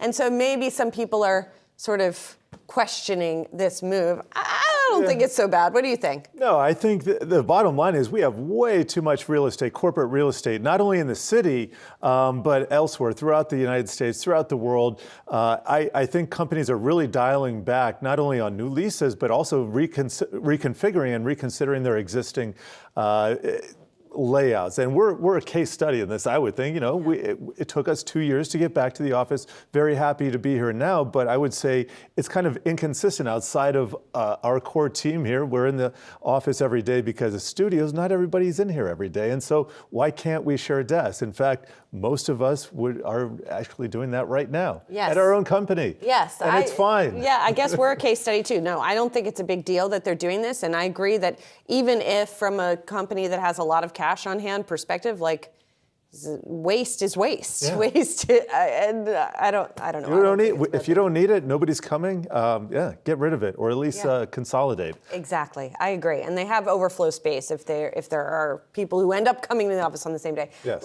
Let's check markets, shall we? Alrighty. And see what's going on here. Because let's go to the Wi-Fi Interactive, and we can see it up there as well. Mixed market. Looks like the Dow and Nasdaq just barely off. Let's take a look at the S&P 500, which is just up. Oh, you can taking see a leg down. Yeah. It looks like we gapped up. We were above 4,000, now heading back down below 4,000. I want to get a check on the 4-day trend here. Still camped out in the bottom end of the range, minus 2.3%. Going to throw Nasdaq on there, almost minus 3%. Let's get a check of some of our heat maps here. Here it should be the sector map. There we go, about 50-50. I'm going to call that split there, although it's shifting in favor of the green. Energy and tech, that is our favorite sectors. Consumer discretionary in the red there for 1%. Yeah, they're flipping places. They'd been, I think, the opposite yesterday. So we'll keep an eye on those moves. So coming up next, taking a bite out of Domino's earnings. Yahoo Finance's Ali Canal is going to have all the details after that earnings call.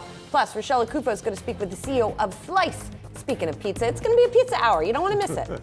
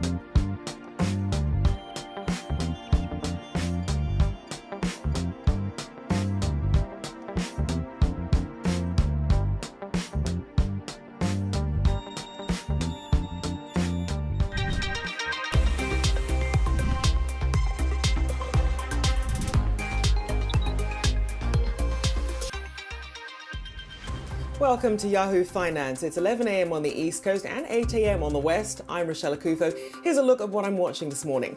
Markets trying to shake off that 4-day losing streak. We'll take a closer look at those Fed minutes and why the landscape might have changed since then.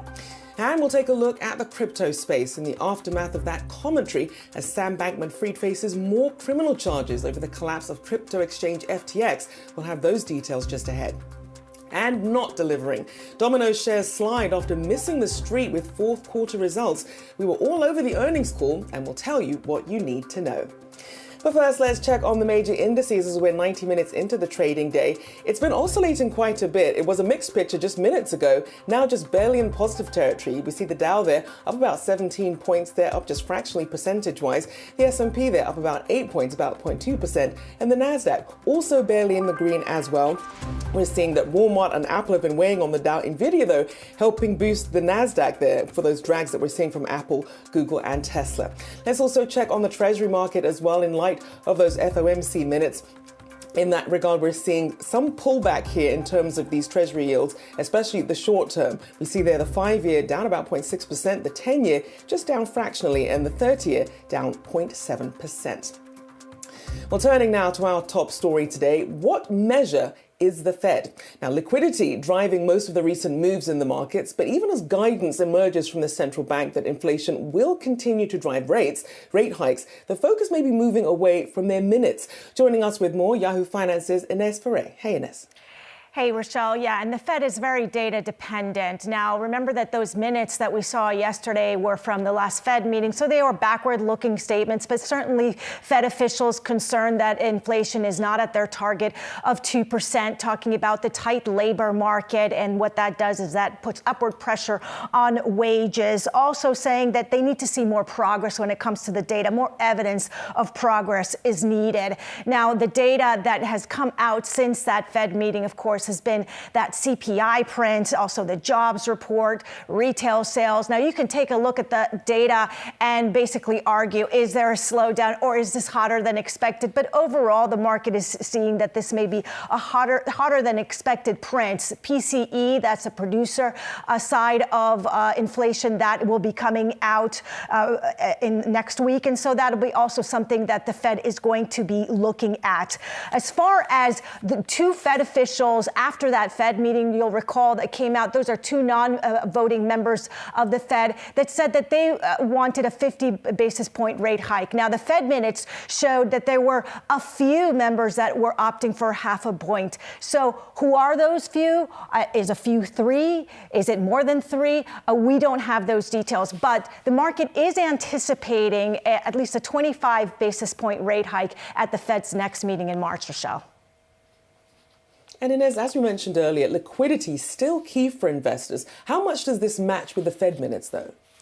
Yeah, look, the Fed has said that it will keep raising rates until it actually meets its target and keep those rates there for a sustained period of time. Now, let's take a look at what the markets have been doing. I'm going to pull up a 9-month chart because we've been talking a lot about liquidity in the financial system in the world, and the Bank of Japan buying up bonds, China also injecting liquidity into its financial system in order to prop up its economy. And so a lot of the rally that we saw in January was attributed to this liquidity injection. But the central banks that have to really be careful when it comes to their peers, because the Fed keeps on hiking and the Bank of Japan risks devaluing its currency if it keeps buying bonds. If China keeps injecting liquidity at an aggressive rate, then it will also risk devaluing its currency. So they have to play this tricky game when it comes to its peers. And the Fed has indicated that it will keep raising rates. Rochelle. We'll see if that message seems to be sinking in with markets. Ines Ferre there for us. Well, continuing our conversation, markets may also be minding earnings more than the Fed's minutes, with indices struggling to keep momentum as this earnings season comes to a close. But the year may still end on a positive note. Joining us with why is Sam Stovall, CFRA Research Chief Investment Strategist. Good to see you, Sam. So I want to get some of your projections. I mean, does it seem like markets are now finally on the same page as the Fed? Well, I think, yes, they are on the same page because the Fed has been very consistent with its message of higher for longer. But I think the reason that the market is green today, or at least slightly so, is because the minutes did not come out very hawkish rather than just hawkish, as your Chiron was on the bottom questioning that just a few minutes ago. So I think investors are assuming that the Fed will probably raise rates maybe 3 more times, 25 basis points each in March, in May, and in June, hit the pause button. And then the real question is, when are they likely to start cutting rates when they normally do so about 9 months after the last rate hike? to ask you about your expectations for March. We've seen a couple of, dire projections coming up. Morgan Stanley's Mike Wilson compared the 2023 rally to climbers scaling Mount Everest without considering the risks. We saw from Bank of America's Michael Hartnett saying that the S&P's gain so far this year could be wiped out in March. What are your expectations for the coming month? Well, I think that the market is grudgingly going to be working its way higher. I think the first half of this year, because of the uncertainty associated with for how long will the Fed be raising rates, I think that's going to add to the volatility in the first half. But once the Fed does end up hitting the pause button, then I think investors are going to be looking across the valley. Of course, the big question is how long will that valley be? And is it simply a mirage that they are looking at? But our belief is that the Fed will likely start to cut interest rates in the early part of 2024. We have seen traditionally that the market actually does fairly well the year after a down year. We've only had 2 times since World War II that we had more than one down year in a row. So the probabilities would indicate that we're probably likely to see an improvement in the results in 2023 versus 2022, that we're likely to see a rotation from first to worst, meaning going from the defensive sectors of consumer staples, healthcare, and utilities, which held up the best last year, to those groups that were beaten up the most last year because they have the greatest upside potential. And as we try and look at history, I mean, usually the third year of a presidency is supposed to be very good for the S&P, but this doesn't feel like it's been a typical kind of year. I mean, we have the Fed still raising rates with a tight labor market still in place as well. So when you think about it, and especially some of the caution that we saw in the earnings outlook, what should we be mindful of when we sort of try and look back at some of these historical projections and some of the differences that we might see this year? Well, I think you're absolutely right that history is a great guide. It's never gospel, but it does give you an idea of what is likely to happen. And you look to probabilities to see whether that will come true. Third year of a president's term in office is by far the best, gaining an average of 16% and rising in price 84% of the time. And also from October 31 of the midterm election year through October 31 of the third year, the market has never fallen. Actually, it has posted an average total return of 21% since World War II. So, not a guarantee, obviously, but it does offer encouragement that we at least could keep our head above water in 2023. But every year is a little bit different. What's going to happen in terms of the depth of the recession, which I believe we are going to be falling into, but our belief is it's likely to be mild. What about an earnings recession? Will that last into the second quarter as we currently anticipate? And then what about geopolitical actions, et cetera, that would be almost impossible to try to forecast at this point. So there are a lot of uncertainties out there. So investors probably don't want to be backing up the truck and buying mindlessly, but rather continue to focus on high quality stocks that do offer a nice dividend and have a consistent track record of paying those dividends. So Sam, with so many signals about the economy and about what the Fed might do from here, how are you prioritizing your allocations right now? Well, obviously, since we are more of an equity shop than anything else, our focus is on the equity markets in terms of where we see the opportunities. Because we look a year ahead, not a week or a month ahead, we are focusing more on the recovery of the cyclical areas, such as the consumer discretionary, technology, industrial areas at the expense of the more defensive consumer staples, utilities, et cetera. So for those people also who do have exposure to energy, I remind them that the energy sector is trading at a 45% discount to its long-term average PE. So there still is some upside potential in our opinion.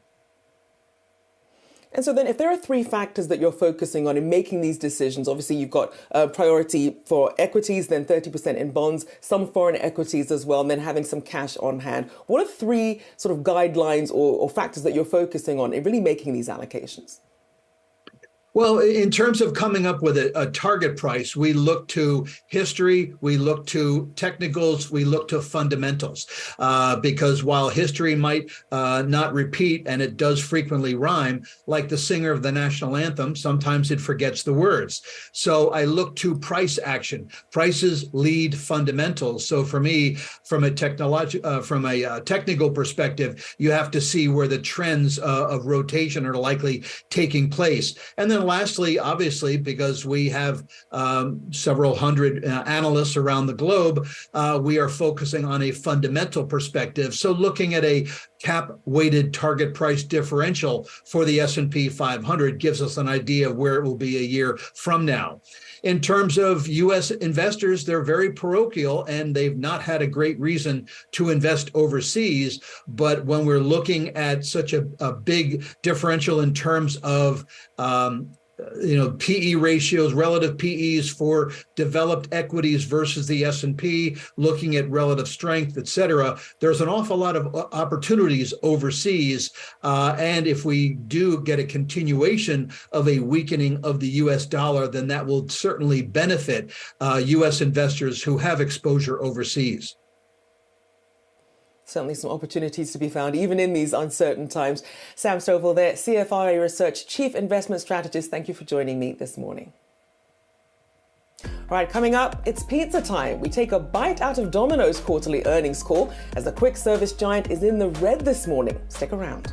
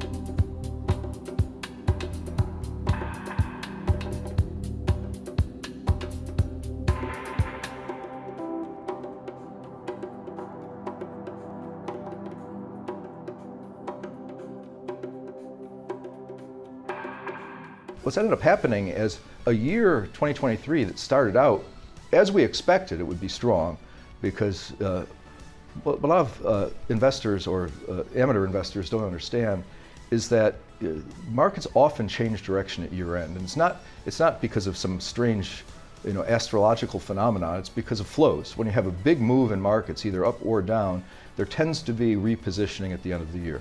So when you have losses everywhere, which of course characterized 2022, the only thing that was up was certain commodities in 2022, you have tax loss selling.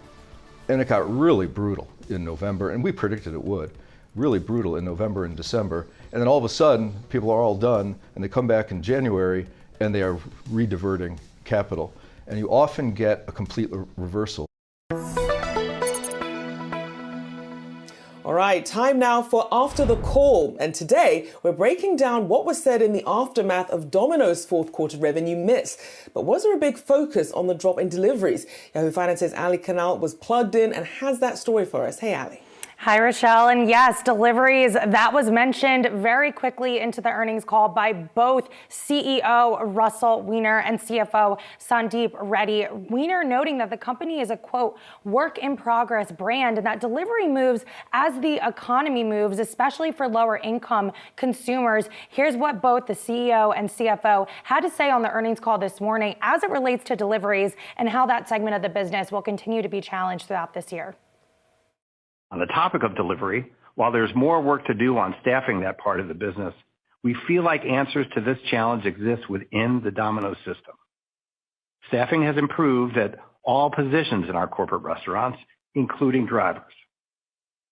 Continuing to leverage internal best practices around delivery service, as well as innovations in this area like our new electric delivery fleet, should help continue to improve this critical measure. Domino's business model in the U.S. has historically been focused mostly on the delivery and carryout channels, so the shift to sit down hurts us relative to others in the non-pizza QSR, who historically have had business models that included sit down and carryout, but have now added delivery to their distribution channels.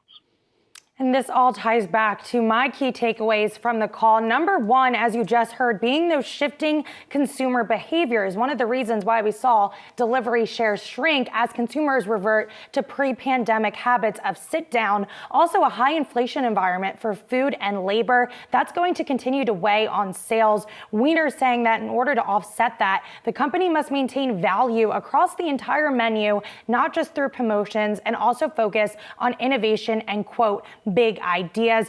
There's also operating income headwinds that will continue to be challenged in 2023, weighed by foreign exchange pressures in international markets, and then finally staffing hurdles, once again tying into those delivery struggles. So for me, I would say the vibes of this call were bad. I'm giving it a 3 out of 10. The earnings mostly missed across the board. The stock has not improved from that plunge that we saw this morning. In fact, we've actually seen losses accelerate since that call, down more than 10%. I appreciate that management admitted things are different. However, what are you going to do to change that? Many analysts on the street believing that they should lean into third-party delivery, especially as those delivery challenges persist within their own business, but we haven't seen that yet. So it's a wait-and-see moment, but again, shares down a whopping 11%. Okay, so we've got that temperature then on the Wall Street vibe, but what's the view in the Twitter sphere? What do actual consumers and people think out there?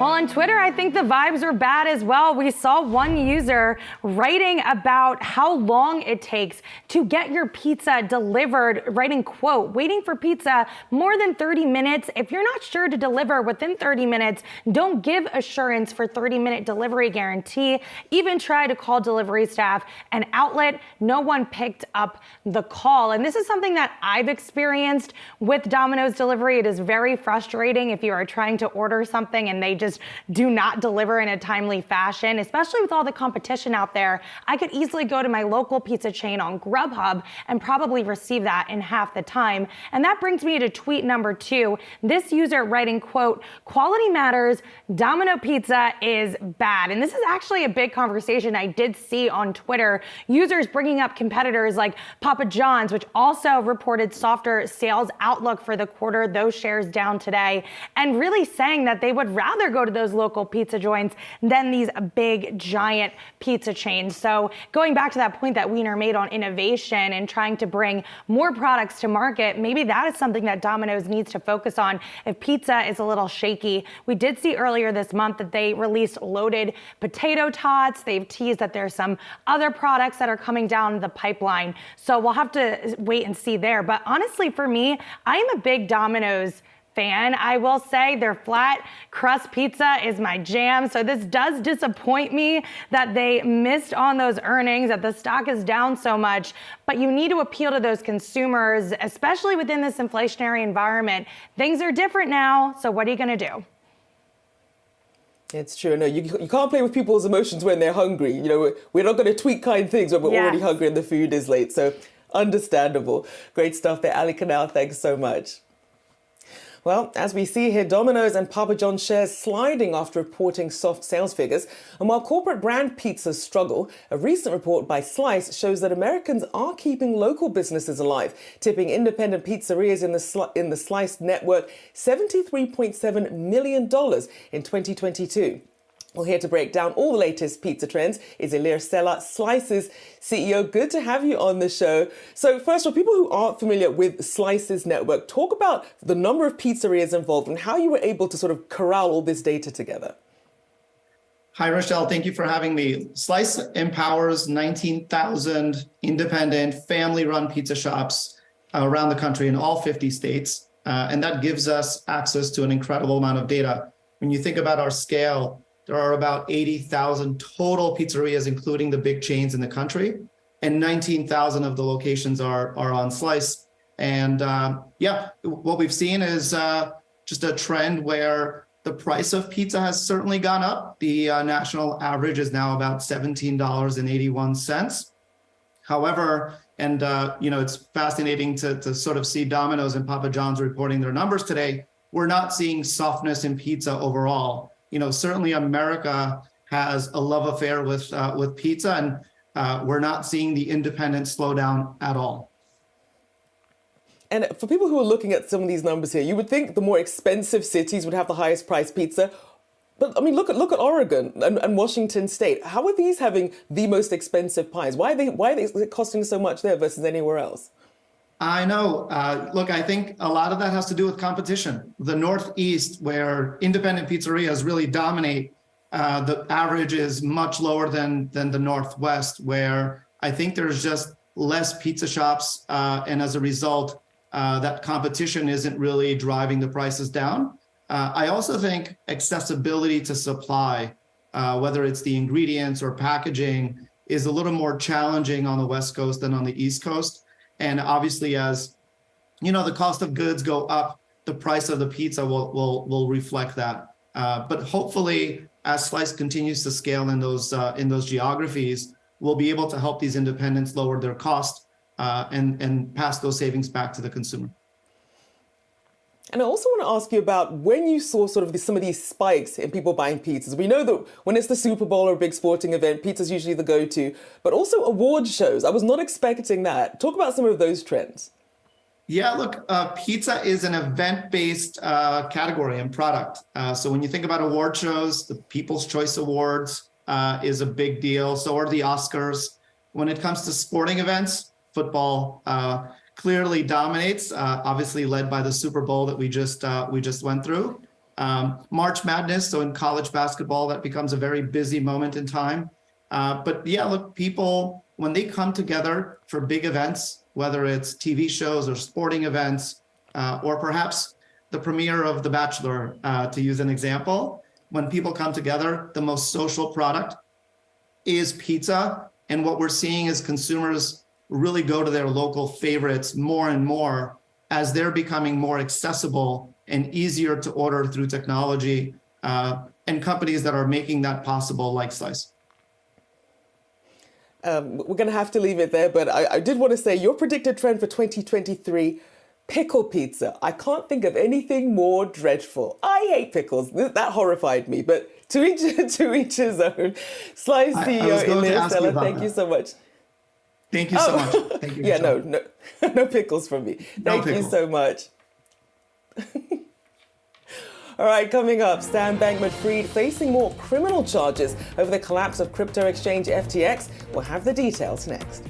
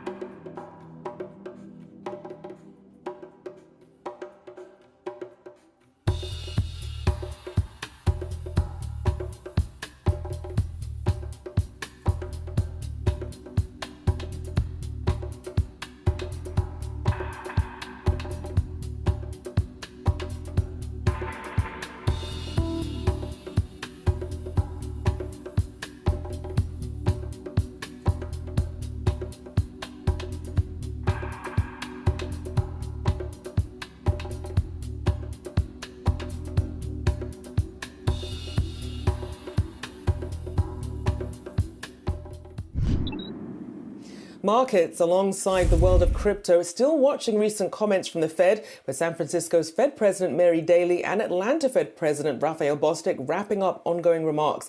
Meanwhile, the Fed out with recommendations on crypto deposits. Here are the latest. Yahoo Finance's Jennifer Schonberger. Hey, Jen. Good morning. The Federal Reserve, the FDIC, and the OCC all out with a joint statement this morning, encouraging banks that host deposits from crypto firms to monitor liquidity and ensure that there are proper risk management practices in place to guard against runs.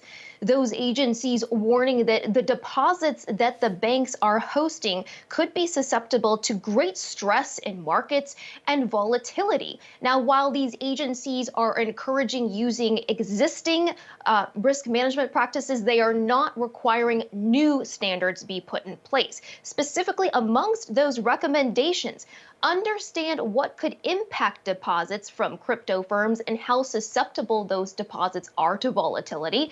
Assess interconnectedness across deposits from crypto assets and liquidity risks, and have a contingency plan in place and stress test that liquidity and really monitor those crypto deposits. Now, separately, we're just hearing from Atlanta Fed President Raphael Bostic, who was speaking in Atlanta, who happened to mention in conversation with former Kansas City Fed President Esther George that they need to be careful to expand the reach of fintech in the financial system, especially as it relates to payments. And that's one of the reasons why the Fed has been slow to open up the payment system to crypto and fintech so rapidly. Rochelle? And certainly crypto wasn't something I'm sure the Fed was anticipating they would have to be covering as well. And of course, we're also tracking comments from Treasury Secretary Janet Yellen. What's the latest there? That's right, Rochelle. Treasury Secretary Janet Yellen speaking overnight in Bangalore, India, as she is on the ground there for the G20, hosting a press conference. Yellen saying the global economy is in a better place today than predicted months ago, and that the U.S. economy has been resilient with inflation moderating over the past couple of months and the job market remaining strong. She said, quote, that policymakers need to be attentive to the spillovers of macroeconomic tightening from major economies to the rest of the world. And she says, while there's much work to do, we're beginning to see lower headline inflation around the world. She said in emerging markets, financial conditions remain relatively tight, but have begun to show signs of easing. Now, ahead of that one-year anniversary tomorrow of Russia's invasion of Ukraine, Secretary Yellen standing in solidarity with Ukraine, reiterating the U.S.'s support, saying that we will be in the fight with Ukraine for as long as it takes. Rochelle? All right, thank you for that update. Jennifer Schonberger there for us. Meanwhile, Sam Bankman-Fried facing more criminal charges over the collapse of crypto exchange FTX, including conspiracy to commit bank fraud. This in an indictment unsealed today. Joining us with more, Yahoo Finance's David Holleran.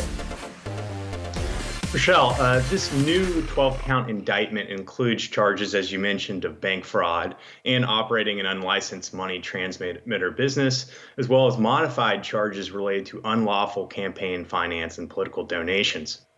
The bank fraud charge entails that Bankman-Fried attempted to open a bank account falsely representing to a financial institution that the account would be used for trading and market making, when in reality, as we know, it was used to transmit customer funds. This is according to the document. Bankman-Fried and other FTX executives also made political contributions using another name or straw donors in the Southern District of New York ahead of 2022 midterm elections. An internal document also shows that Alameda Research, the hedge fund and market maker related to FTX, and as we know, connected for allegedly spending customer funds, donated $100 million to political candidates, though there are no public registrations of the public records that reflect this. Now, the indictment also calls for Bankman-Fried to give over hundreds of millions of dollars worth of assets, which in many cases have already been seized by the U.S. government in this original indictment that was for 8 counts. But it does include the Robinhood shares that have been mentioned and are seized by the government, currently worth $550 million. And the motion also calls for the seizure of $140 million from Silvergate and Farmington state banks, which were under the FTX subsidiary. Bankman-Fried obviously is facing trial that is set for October. And it really does highlight just how complex it is trying to trace all of these transactions. And David, of course, another story that we're watching is Binance's proposed $1 billion deal for crypto lender Voyager, and how the deal is hitting another snag with the Securities and Exchange Commission. Tell us more about that. That's right. I mean, it's not unrelated either. The SEC objected again to Voyager's sale of customer accounts to Binance US. A bankruptcy court had previously approved the sale. And the SEC has cited a need for more adequate disclosure of safeguards to ensure that customer assets cannot be transferred off the Binance US platform by a third party. So importantly, this is Binance US, which is a separate legal entity from the international exchange Binance. But there has been evidence recently that has circulated that has connected the two in a relationship. And so at minimum, the SEC wants the buyer firm, in this case, Binance US, to address at Binance who actually has or will have access to customer assets belonging to Voyager customers if a sale comes through. And it also argued that Binance hasn't disclosed how recent regulatory actions, notably those done by the agency itself, have or could affect Voyager customer assets economically. So again, like I had pointed out, what isn't stated here is that there is evidence that's been revealed through a series of stories by Reuters that the market maker for Binance US is owned by Binance International CEO CZ. Now, that indication has also traced some money that has gone in between the exchanges, and there hasn't been a lot of clarity as to what that dynamic is. But again, what's being looked for here is scrutiny on the Binance US purchase in relation to its connection with Binance. Binance International, although not legally registered or operating in the U.S., has been on the radar of U.S. regulators for years. Rochelle? And certainly that scrutiny not going to be letting up anytime soon. David Hollerer, thank you so much for that update. All right, coming up next, we discuss with the CEO of Nexford University how they're helping students with debt in their post-college lives. Stick around.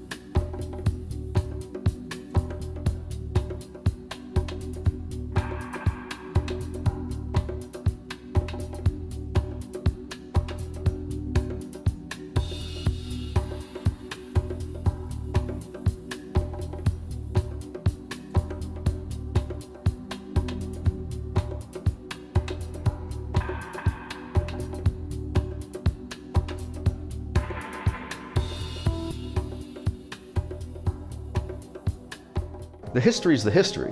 What if somebody announced tomorrow that they redid the CPI and it's now at 25%? Would people feel different? I mean, the CPI is such a strange construct because it doesn't really apply to real life. Who buys a new car every month? Who buys a used car, right? So for most people, I think shelter is more than 32%, probably more than 35%. So it's weird how the market had this violent reaction to something that is an arbitrary construct, but it has priced in about 3 more Fed hikes. Well, speaking of housing, the red-hot housing market has fizzled out. According to data from Redfin, the value of the market has shrunk more than 2008 levels. Yahoo Finance's Danny Romero joins with the latest on the housing front. Danny, quite the turnaround.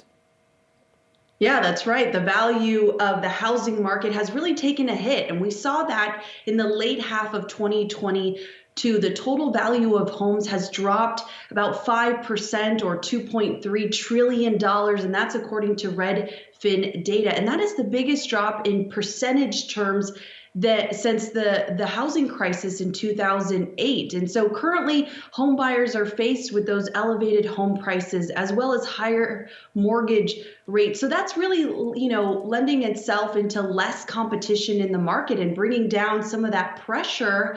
And even we're seeing that in the median sales price. I mean, it dropped to $383,000 in last month, and that's down from its peak in May. But the other side of this, though, Rochelle, I want to point out is that home prices are not collapsing. The total value of homes still sits higher at $13 trillion. That's more than it was in February of 2020. And so how much homeowners have really lost depends on where they bought their home. The biggest declines were seen in those pricey cities such as San Francisco, San Jose, Oakland, California, and New York. But those that moved to the boom towns, pandemic boom towns like Florida, they're seeing some return on their investment. Florida, Tennessee, South Carolina, they saw an annual gain of 17% last year. But according to a realtor in Florida, the reason why the housing market is sustained in Florida is because of those that have moved from the northern region as well as the West Coast. Rochelle? I mean, that certainly makes sense. And obviously a tough break. If you did buy in some of those expensive cities, you're probably not going to be moving anytime soon, which doesn't help inventory as well. And of course, while the housing market boomed during the pandemic, so did the home improvement sector. So what's happening there, and will it survive elevated inflation?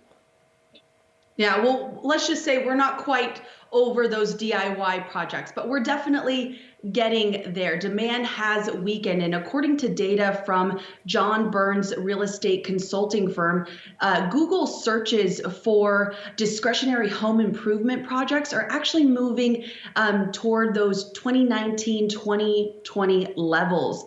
Those wanting to do kitchen and bathroom remodeling projects have tanked. They're down 15 to 28% so far this year compared to those that are looking for replacement projects such as roofing and siding. And also a similar tone was expressed with Home Depot in their earnings call. The company anticipates demand to moderate. And, you have to remember that this is a market where customers are really price sensitive. So customers are spending less, and they've even swapped out some of the quality of the product to stay within budget. But some housing experts, especially in the home improvement section, say that, home sales is no longer a good proxy when measuring home improvement spending. Rochelle? It's certainly getting more complex. A lot of these nuances creep in. People tightening their purse strings. Things are expensive. They're, putting off some of these improvements. Danny Romero, thanks so much. Meanwhile, students are transitioning into the workforce with extremely high levels of debt. A temporary moratorium on the federal student payments is helping ease the burden of inflation for some postgrads. Still, the high costs are now encouraging new degree seekers to explore non-traditional university models. Here to discuss is Nexford University founder and CEO Fadl Al-Tarzi. Thank you for joining me this morning, Fadl. So first, I want to talk about your national accreditation in the US that you received. What does this mean when you think about the conversation that you're having with students and affordability in this space? Thank you for having me.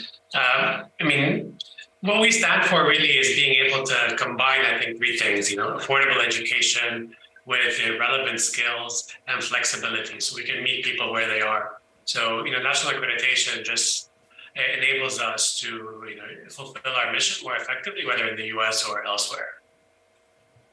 And I want to talk about the pricing model, because I know that Nexford adjusts fees depending on local affordability, the local economy and such. But on average, on your website, cost $5,040 to get an online MBA, or about $280 a month. Talk about the business model that allows you to keep costs and tuition that low.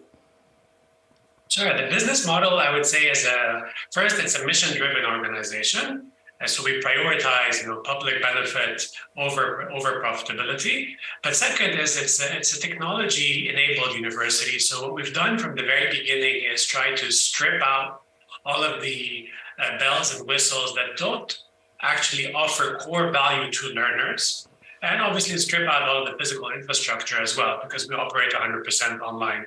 But fundamentally, it boils down to us being able to offer a highly efficient operating model where we staff based on the skills required to accomplish a task, and we use technology where technology can be more effective than humans.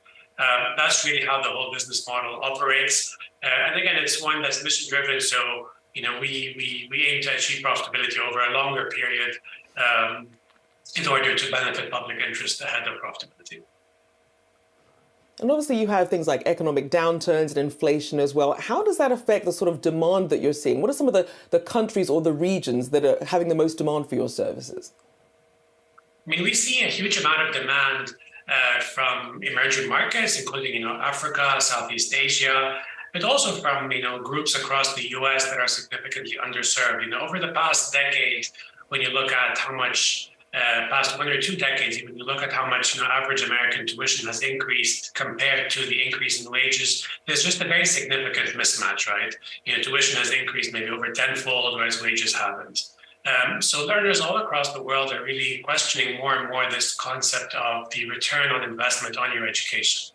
And that's really what we try to deliver, is an actual positive return on the education investment you're making. If I'm going to invest $5,000 in a degree, the return I'm going to expect is going to be very different from someone else investing in $50,000. So again, the demand, I would say, is really quite global. The only difference is in the US doesn't have a supply-demand shortage, whereas places like Africa and Asia actually have a supply-demand shortage as a result of a huge increase in youth population, not met by a proportionate increase in higher education capacity.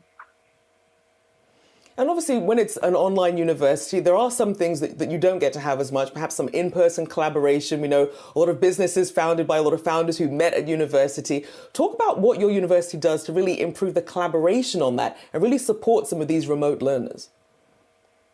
Yeah, it's an interesting point, as you can imagine, one that comes up quite frequently. And we view ourselves as an enabler for that sort of social interaction across our community. So when you think about the reality of the matter is today, the vast majority of communications and interaction taking place is actually happening online. So, across social media and elsewhere. So the irony is, while people, want communication, want interaction, they actually increasingly want that to happen online in itself, rather than having to go to a physical classroom to interact there. The interaction that happens on campuses is happening outside of the classrooms. So if you were to think about it, we enable the same thing. So, we enable our learners to get together. We co-host what we call IXIC socials, which are, can be dinners or just simple, gatherings in a location. But really thinking about Nexford as a platform as opposed to, a campus where people need to go. So we're a platform that enables folks to get together, whether physically or online, at the time of their choosing, at the place of their choosing. So just with a much larger degree of flexibility than a traditional campus. And so then this really speaks to the conversation of how some of these, traditional brick and mortar universities are going to be able to keep sort of justifying the price when you do have these hybrid and emerging models. And also in terms of meeting the gap, the skills gap that a lot of these companies have need for that they don't seem to be getting met. How do you see Nexford positioning itself here? We see ourselves following, a purposeful design model or essentially a backwards design model that specifically prioritizes learner outcomes over anything else. What that means, practically speaking, is we start with the end in mind. So we analyze what employers are looking for, what are the skills, the tools, the technologies that they need people to know, and then we backwards design our curriculum to actually deliver on those skills. So there's much less theory and a lot more skills. So it's really a balance between teaching people how to learn, so they develop these so-called soft skills that will benefit them for life, but also having practical skills that they can apply right away. And that's why what we offer is a competency-based model. And the simplest way to think about it is our philosophy is employers care more about what you know how to do as opposed to just what you know. So they want an applied knowledge, and that's really what we focus on. And it does seem to make you more nimble. I saw on the website you could start your courses on the 1st of any month. There's not really a semester starting point. So a lot of flexibility there as well. Next, University founder and CEO Fadel Al-Tarzi, thank you so much for joining me this morning. All right, coming up, after a few dormant sessions, has the hype returned around artificial intelligence? We dive into the latest next.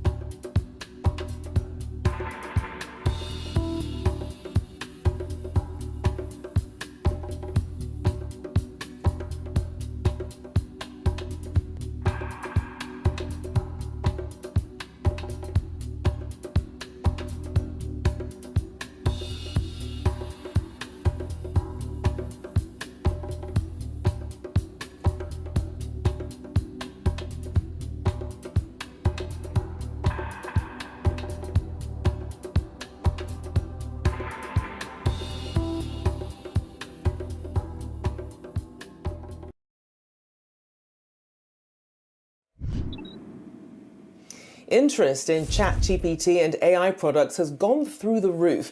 However, negative reviews of Microsoft's Bing AI chatbot suggest the product isn't quite living up to its own hype. Yahoo Finance's tech editor Dan Howley has more on this transformative potential of AI. Dan, a lot of enthusiasm went into this, a lot of fear of missing out, but talk about the reality of where things are at the moment. Yeah, I think the big thing that people need to recognize when it comes to these large language models and generative AI, such as ChatGPT, such as Microsoft's Bing, and eventually Google's Bard, is that they're not, thinking or anything along those lines. This isn't the, sci-fi AI that we've been, kind of built to expect. And through movies, obviously, not through these companies. And I think, a lot of people go into this thinking that that's what they're going to get. The reality is, I was talking to one expert who said these are basically, super, super advanced text predictors. So, when you're sending a text message to your friend, that's predictive text. That's essentially what we're seeing here. Yes, there are issues with some of the responses.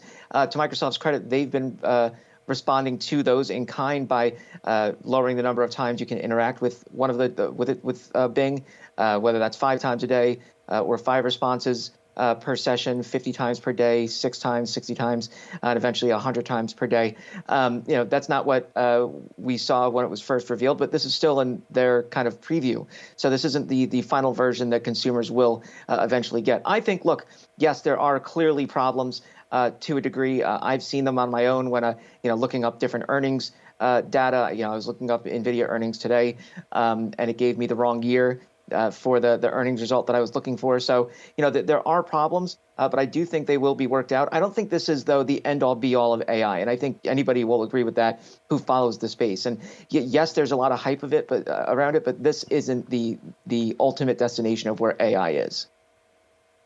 It does seem to be at least an assistive tool, not that people should be relying 100% on it, especially as we get some of these things worked out. And also talking about the auto industry, because it's also using AI to transform driving. What does NVIDIA's and Google's partnership with Mercedes signal for the industry? Yeah, so NVIDIA's been working with Mercedes for a while, providing chips, and now they're going to be doing that as well and getting a cut of sales when it comes to autonomous vehicles or vehicles that have semi-autonomous features, really advanced driver safety kind of features. They're going to be rolling those out. And then Google is going to be powering some of the infotainment technology behind future Mercedes vehicles. They're going to be able to do things like get turn-by-turn directions, navigation, and then even YouTube from the infotainment center. And this is something that Google's been doing. They already have a deal with Ford. We should start to see vehicles like that rolling out in the future. But with NVIDIA, it really just shows that they are going headlong into the automotive space, something they've been doing for some time. This is going to be level 3, so it's not, level 5, which is the ultimate. The car drives itself and you have a drink in the back and pass out for 5 hours, and the next thing you know, you're in Texas or something. This is, it's going to help you drive on the road. But it is interesting just to see this continued progression when it comes to self-driving cars. Indeed. I was just trying to picture you just like enjoying your time sleeping in the back of a car for 5 hours and waking up in Texas. Who knows? The future at some point, right? Yahoo Finance's tech editor, Dan Howley. Thanks so much. All right, coming up, we check in on some trending tickers ahead of our noon hour. Stay tuned.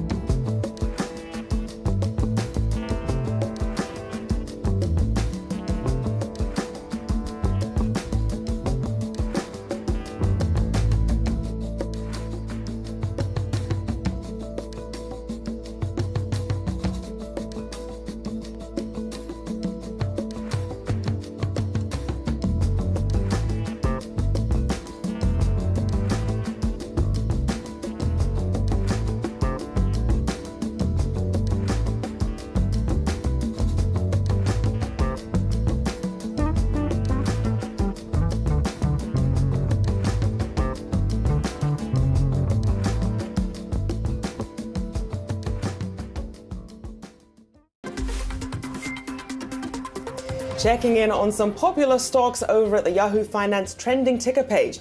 Alibaba in the red following third quarter results. The company now seeing the hype around artificial intelligence lift demand for cloud computing, though also seeing reports of ChatGPT and similar apps being blocked on Chinese social media apps. Keeping an eye on that story and seeing what that does for the growth of the industry. Also seeing Nvidia there after a top and bottom line beat, enjoying gains there of more than 12% heading into the noon hour. And we're seeing Moderna there under some pressure at the moment, down more than 8%, almost 9% there, as we're keeping an eye on that as well. Let's also do a final check of the markets before we go. It's been oscillating all over the place today, but still just slightly in negative territory, though off some of the lows of the day. But the Dow there down about 200 points, about 0.6%. The S&P there also under some pressure, down about 0.5%. And the tech-heavy Nasdaq, a similar story there, also down just over 0.5%. Well, that does it for now. I'm Rochelle Akufo, but I will be back at 11 a.m. Eastern tomorrow. I'll see you then.